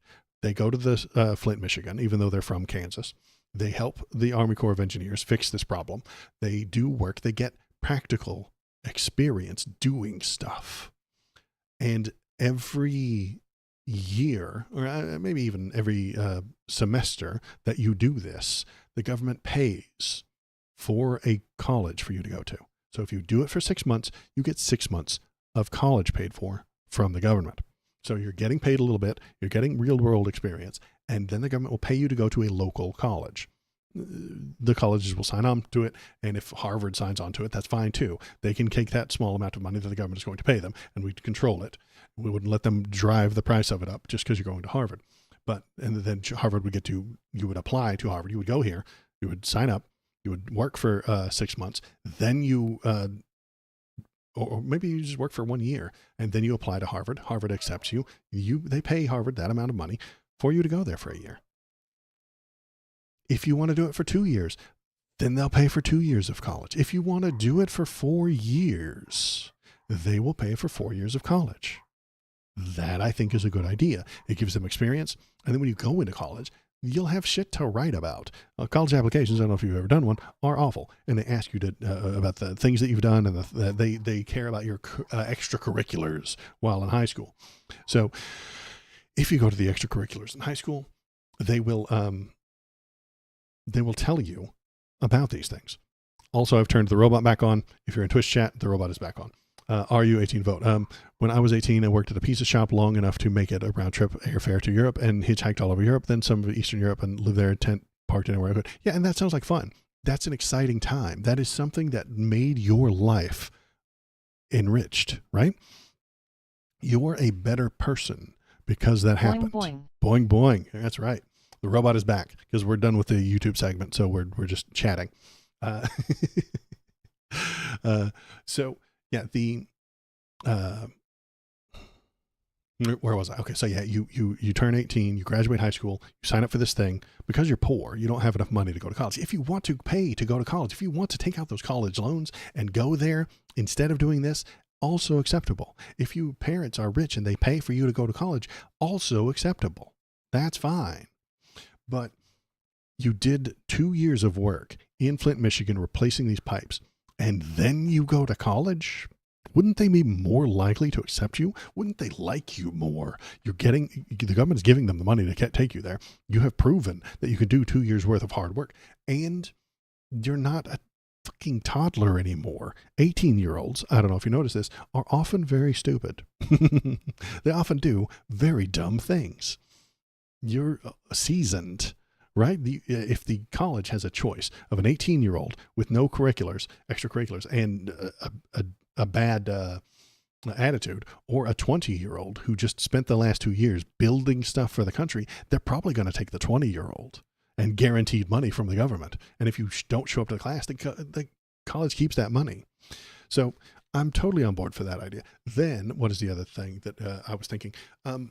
You can quit anytime you want if you're in this Peace Corps type of thing. If you go there and you hate the job and you hate the place they put you, and you don't want to go home, and you want to go home, you can.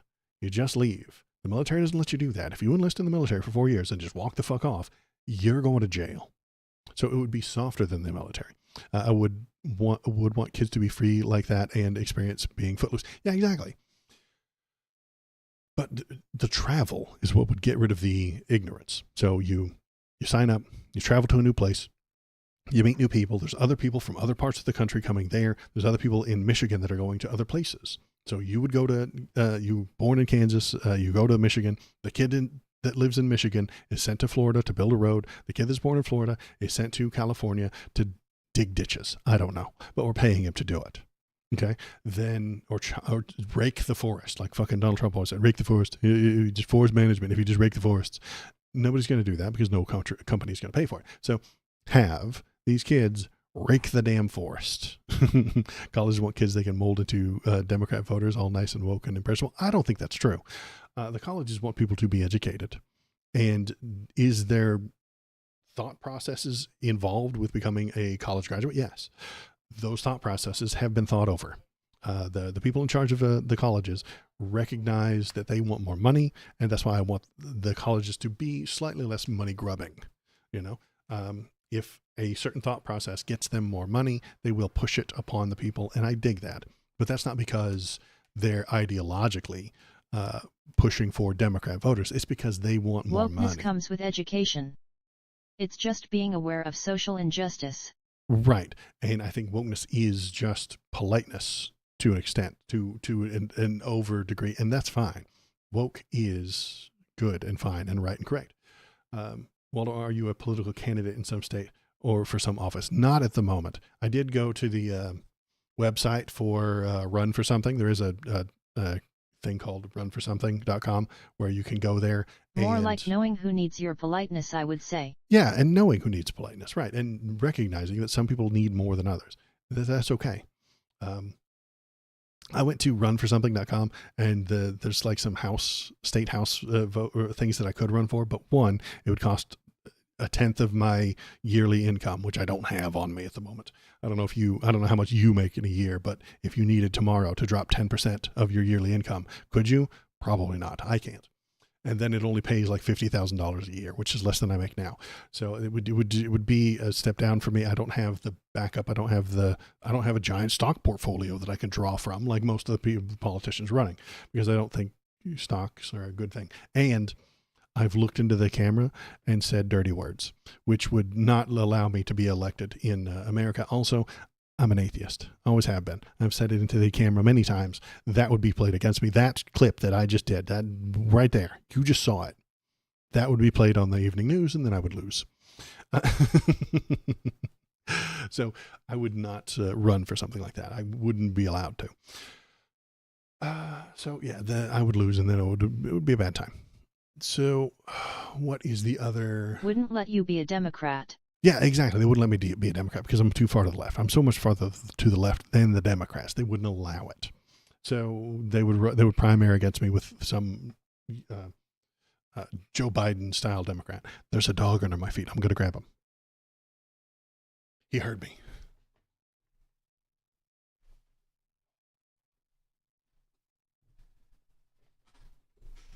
There's a bark boy break. Oh, look at that. That's Louis.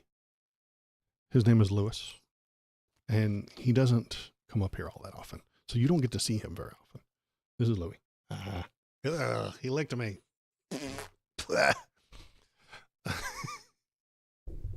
Anyway, this is Louis. He doesn't come up here all that often. But he is a Chiweenie. He's a Chihuahua weenie dog. And he is very noisy. He is crazy loud, like way too loud. Like you wouldn't expect this guy to be so loud, but he is. And every time when you come up here and I'm talking, I get to put you on the screen. I'm sorry. That's the deal. All right. Go play. Sometimes you'll see them running around. There's Bobo back there. There he is. And then sometimes they play back there. What side am I in? I'm in the Pacific Northwest. I'm in the suburbs outside of Seattle. I'm in Washington. Did he lick my face? Okay. I'm in Washington. So I don't get to... Oddly enough, people who make money on politics don't like it when you want to get money out of politics. Exactly. I would be pushing a leftist agenda. I would be pushing to get money out of politics. I would be pushing to lower their pay. I would be pushing to let them not own stocks. You know, and you don't get to trade stocks if you are in the government. You don't get to. It's against the fucking law. I would put them in jail for doing that. Nancy Pelosi would not like that. Nancy Pelosi makes lots of money off of her stocks. Washington State, yes, that's where I live at the moment. Anywho, what was I thinking about feel free to shoot holes in any of my plans. I would love to. I can't see what I can't see. So if you heard all that stuff I talked about the Peace Corps and said, Waldo, it won't work because of X. Feel free to drop it on me. Feel free to hit me with it. Feel free to go to the Discord. Because I have a Discord too. There's the Discord. There's the Discord.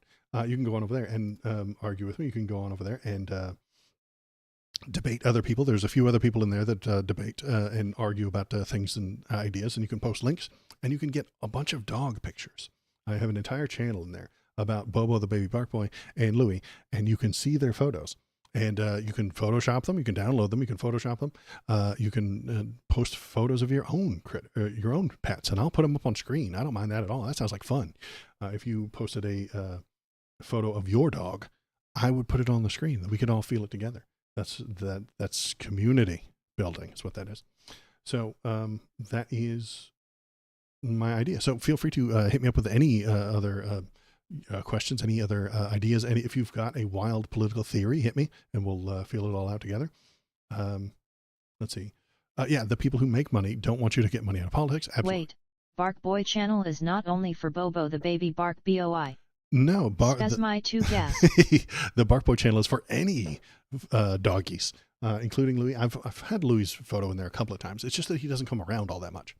He stays downstairs. I'm upstairs. I'm on the second floor. Yeah, I'm up on the second floor right now. So he stays down there. He doesn't like coming up here all that much. All his stuff is down there. So that's what he likes. You only need 1,000 ballot access petition signatures to get on the ballot in Washington State and U.S. House of Representatives state to asking young adults to do manual labor. This is all a plan for the Penguins to get a better trade deal. Think about it. It could be for the Penguins. They are crafty negotiators. You only need 1,000 ballot access petition signatures to get on the ballot in Washington State. Correct? Okay, U.S. House of, or U.S. Senate. And you are asking young adults to do manual labor for pay so you can get SIGs. No? I mean, I'm not running for anything at the moment. I'm suggesting that this program, this Peace Corps, could be something you sign up for, and then we pay you. Sort of like work. I have an employer right now. I work for them. They give me money. You know, this is a voluntary sort of exchange. There is some Washington State for U.S. House Independent, no filing fee, only 1,000 petitions. Ah, I see. I got you. Okay. I think the thing told me I had to put 10%. Maybe you're right. Maybe it was the Democrat that wanted me to put a tenth of my current yearly wealth into it, yearly income. Maybe it was the Democrats that I was looking at, and maybe you're right that there is no filing fee. But 1,000 petition signatures, boss, I can't get 1,000 followers on YouTube, and that is piped directly into people's houses.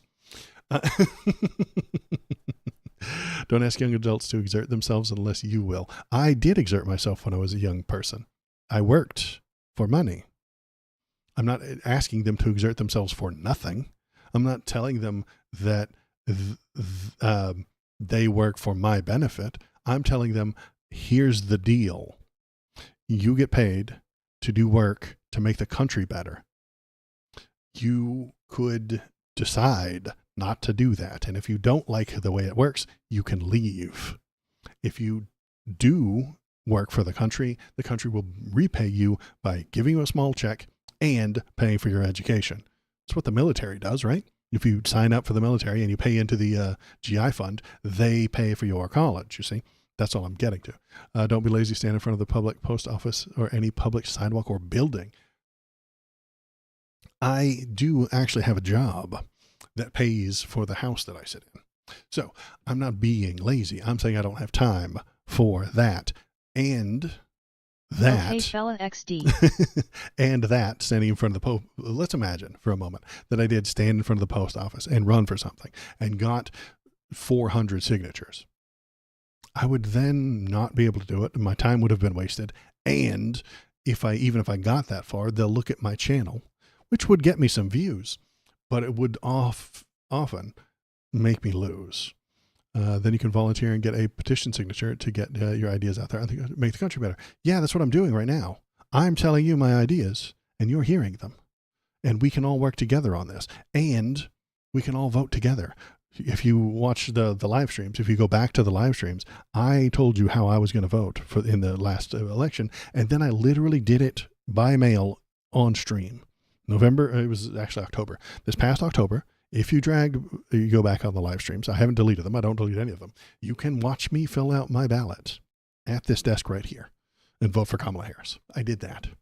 And then I voted for the ballot measures that were in my state on that thing. You can do that. You can see that. So you can make time to get a petition signatures, figure 50 signatures a week. Boss, that's idealistic. That is an idea that doesn't always happen. You can say, I'm going to do 50 signatures this week. But if nobody signs it and nobody wants to talk to you and everybody's too busy with their own shit, I'm not saying it's impossible. It's just saying at the moment, I don't have that kind of time. Also, I would probably lose, and I don't have the money to back it up. Elections cost money. I'm not happy about that. And I want the elections to cost less money, so nobody's going to support me with their money. The question is, why are you trying to get Waldo to participate in a fuck system when he can do actual good by informing people? And am I doing any good? Maybe, maybe not. I do own a computer. I do own a webcam. I know how to edit videos. So it is something that I can work towards. I don't know how to get petitions signed. I don't know where to stand. I'm more knowledgeable about computers and stuff like that. It's not idealistic. It always works. It always works.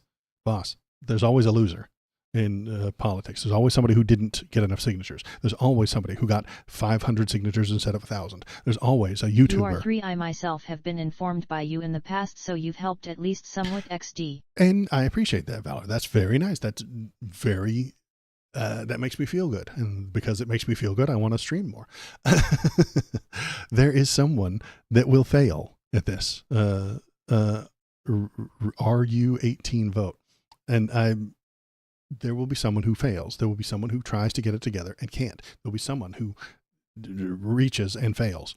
That's fine. That's good. I hope they had a good time. I hope they learned something and move forward. At the moment, there's already enough left-leaning people in the state of Washington running for these seats.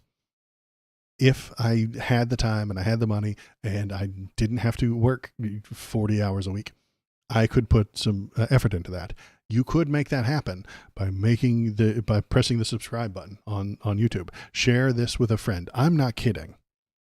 If YouTube and Twitch gave me enough money to quit my job, I would run for stuff.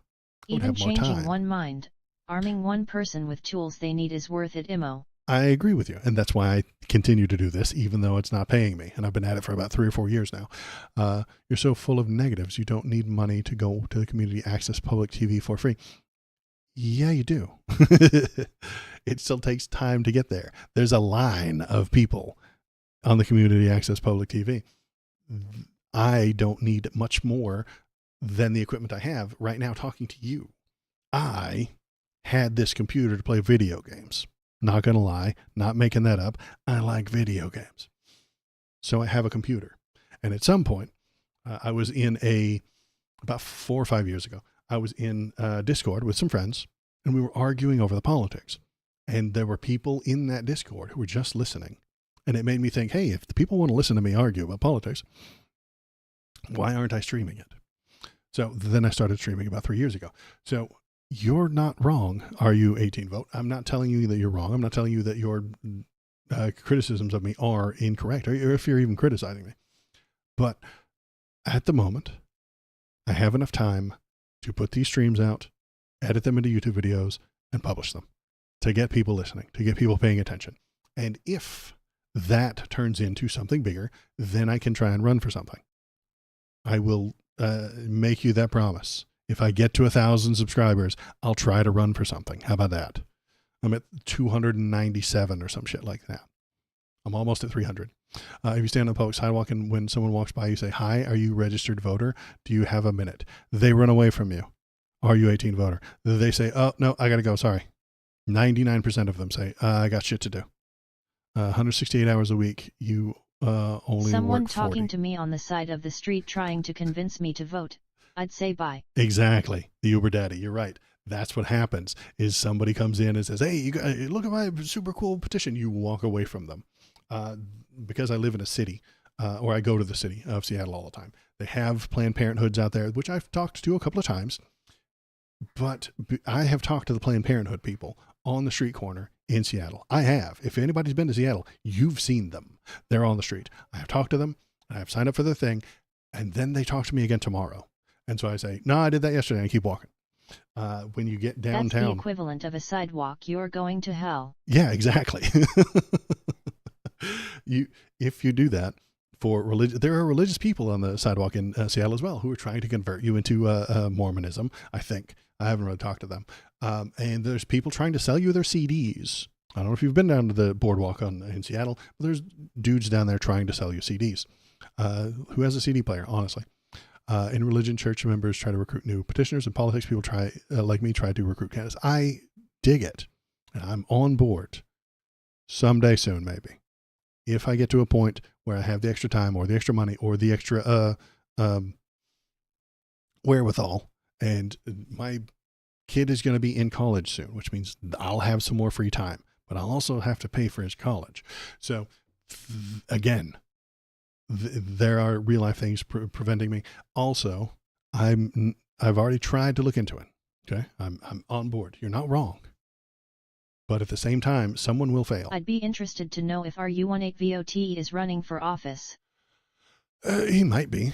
I mean, I'm not going to challenge him and say, hey, and if America gets to the point where reason isn't demonized XD. Exactly. Valor, you're right. The things that I have to say would be turned into hate. Okay. Bugged you enough today. I appreciate you. I love you. Thank you for being here. You're not wrong. And you're pushing me to do it. You really are. because I have looked at the thing before and I have thought about it. But looking into a camera and saying dirty words will get you kicked off of most of the ballots. Somebody will find me calling Stephen Miller a Nazi and then put it up on the TV. And then the local people will be like, well, I'm not going to vote for that guy. He said Stephen Miller's a Nazi, you know, and I'm entirely too honest on these streams to be a Democrat. They don't operate off of honesty. They operate off of making money for the very rich and the very wealthy and the people who are in charge of like credit card companies and giant unions and stuff like that. And I've said too many controversial things into this camera to be easily elected. It could happen. I know this happened with what's her name? The girl, Kat Abugazela. She's on YouTube all the time, and she's running, which is good. I hope she has a good time. Let me find my YouTube page. Here we go. I'm bringing up my YouTube links right now. Nebuchadnezzar? I think that's her name.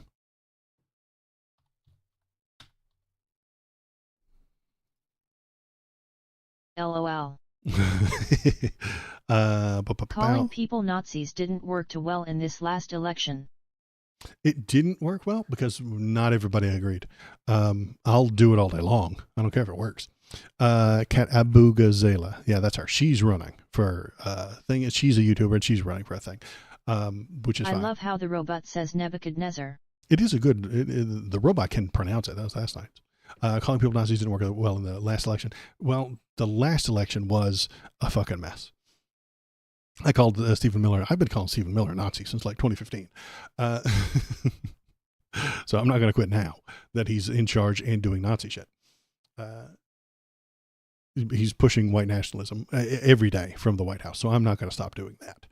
I don't care if it gets people not paying attention. It pronounced it the same as Matrix, so it'll be seen as correct by most XD. Oh, is that not how it's pronounced? I don't know how it's pronounced. Nebuchadnezzar is the only time I've heard it spoken out loud was in the Matrix movies. I suspect it is a book, right? It's about a book about something. I don't remember what the book is about. It's an old story, if I remember correctly. Age of Krakadilla. I have no idea, but same. I got it from the Matrix. Yeah, exactly. It's two right-wing parties, basically. We have a far-right party for Republicans. We have a center-right party of Democrats. You have your Bernie and your AOC who are on the left, and a few of the Justice Dems and stuff like that who are on the left. They're pushing left slightly, but that makes them lose money. Every step to the left is a loss of money. And the Democrats don't accept that. They won't be having that. So they need that money, baby. They need that money to run their elections. They need that money to run the DNC the way that it's run now. And if you move to the left, you lose money. And Kamala's not about that. Joe's not about that. Chuck Schumer's not about that. Nancy Pelosi's not about that. They don't want to lose that money. So they do not accept left movement. You stand still or you move slowly to the right. That's it. That's the only thing the Dems have ever done. Stand still, move slightly to the right. Those are their only two gears. It's a gear shift. Neutral and slightly to the right. That's all they've got. And if the people want to move to the left, which you can see them doing that when they talk about AOC, when you look at the AOC's rallies, the people want to move left, but the Democrats don't. They are not going to do that. They're going to stand still. They're going to hope, pray. Chuck Schumer right now is praying to Jewish Jesus about the right wing falling apart, collapsing in on itself, and Donald Trump being exiled from the Republicans, and then the Republicans collapse entirely. And then all those Republican voters vote for him. That's what he wants. And then he and his new Republican bipartisan coalition of himself and all the former MAGA voters who just quit voting, probably. They just stopped. And then the right wing and the middle center right. Open borders proved to be the biggest issue in Democrats that they must change. Americans want strong borders. I'd say that the border is the biggest deal from the Democrats, but they're on the wrong side of it. Joe Biden bragged about all the people he deported. He bragged about it. He talked about all the Open people he borders threw is out. based. Open borders is awesome and exactly what I want. Joe Biden bragged about how many people he deported and how strong he was on the border. Open borders are based. Open borders are based, absolutely. The Uber Daddy, I disagree completely. If you come across the border, tell us who you are. The end. That's it. You're documented now. Go get a job. If you want to become a citizen, create a path, a cheap, legal pathway for these people to become citizens. Then we charge them taxes. We might even charge the ones who came in illegally a fine to get on that path. I'm on board for it. Open borders are awesome. The poor people are not harming you. Asterisk is a based policy. What is this?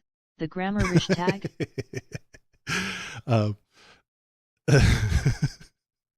Maybe they were agreeing. Maybe they're being a grammar Nazi. I don't know. But yeah, open borders, fantastic. XD, no, I was agreeing. I know.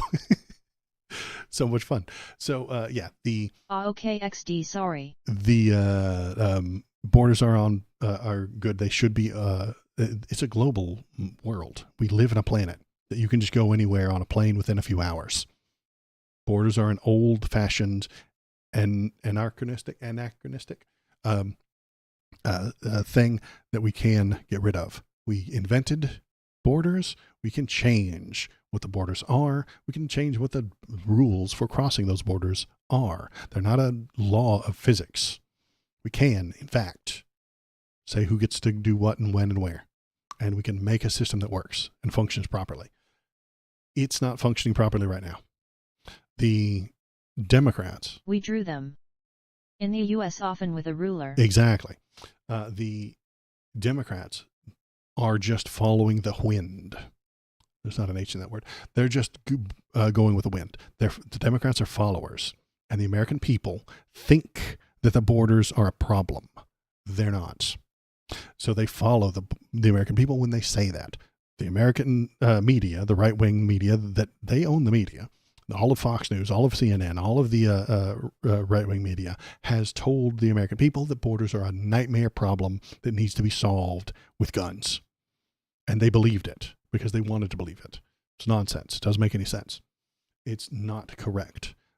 Open borders are based and awesome and good for our country. But that makes people unhappy or feel bad because they've been told the opposite of that. The Republicans and the Fox News have been telling you that borders are terrible, that the lack of border control is terrible and nightmarish and monstrous and going to kill you. They're lying. Open borders are good for you. Migration is good for us. Get on board with it. It's good for you. The facts suggest so. But the people on the right don't want to hear that, so they America for Americans, Stephen Miller types want. Meanwhile, the right is telling us we have a population crisis too. We have a lack of population. We have a population crisis because the white people aren't having enough babies. Stephen Miller thinks that there's a population crisis because the white people aren't having enough babies. He wants more white children, not brown children, and not black children coming to this country from somewhere else. He hates that idea because he's a bigot and a racist and a Nazi. So he wants these things to stop. How does he get those things to stop? By telling you that there's a border crisis. Nobody else can come in here and helping white people have more babies. Donald Trump will probably pass something along those lines, benefiting mothers and motherhood and shit like that. The Nazis did that shit too. They gave out medals to Nazi women who had Aryan babies or some shit. And it's complicated history. But learning about that history means you're not nostalgic. Then you're not a conservative. See how I tied it all together? So, where am I? What are we doing? Okay. It is noon. That's about the time I normally knock off of stream. I appreciate everybody's here today. Uber Daddy, you disagree with me, but I'm glad you're here. Please come back and please share the stream and tell everybody else how much fun you had while you're here. Any of it, thank you for being here today. Thanks for becoming a follower and all that fun stuff. Press the buttons. I will be back on Wednesday night at about 7 o'clock PST, Best Coast, West Coast time. So I will be back then. So if you've got any interesting stories that you want to talk about, throw them in the Discord. There's the Discord. There's an entire channel for public stream links. So if you go to the public stream links and leave a link, I'll put it up on the screen and we'll talk about it. We can all feel it out together if you've got a story that you want to talk about. If you want to watch old videos, you can do that at the YouTube page. There's the YouTube page. YouTube. You can go there and watch the old videos, the shorts, and the live streams. All of this is on the live tab. I took the best bits of it and turned it into YouTube videos because YouTube is the algorithm, the search engine that gets people to see the things and then come here and talk.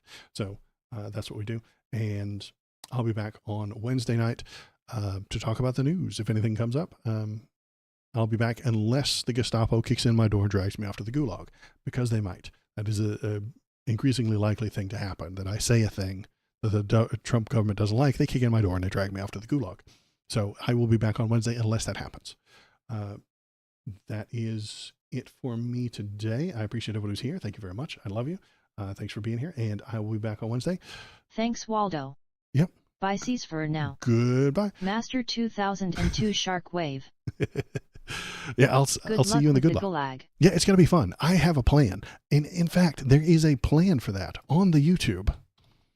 I know I gave you the link a moment ago. There's a plan for what happens when I go to the gulag. It's like the third or fourth video down. Go to the videos tab, and it's like labeled my plan for when I go to the gulag. It's a great time. You should go watch that video, and then let me know if you're involved, if you're interested in doing the same thing. So there's that. I've talked about these things in the past, and I know what I'm going to do when they come for me. If you'd like to know what I'm going to do, just go there and look. I'm so good at segues.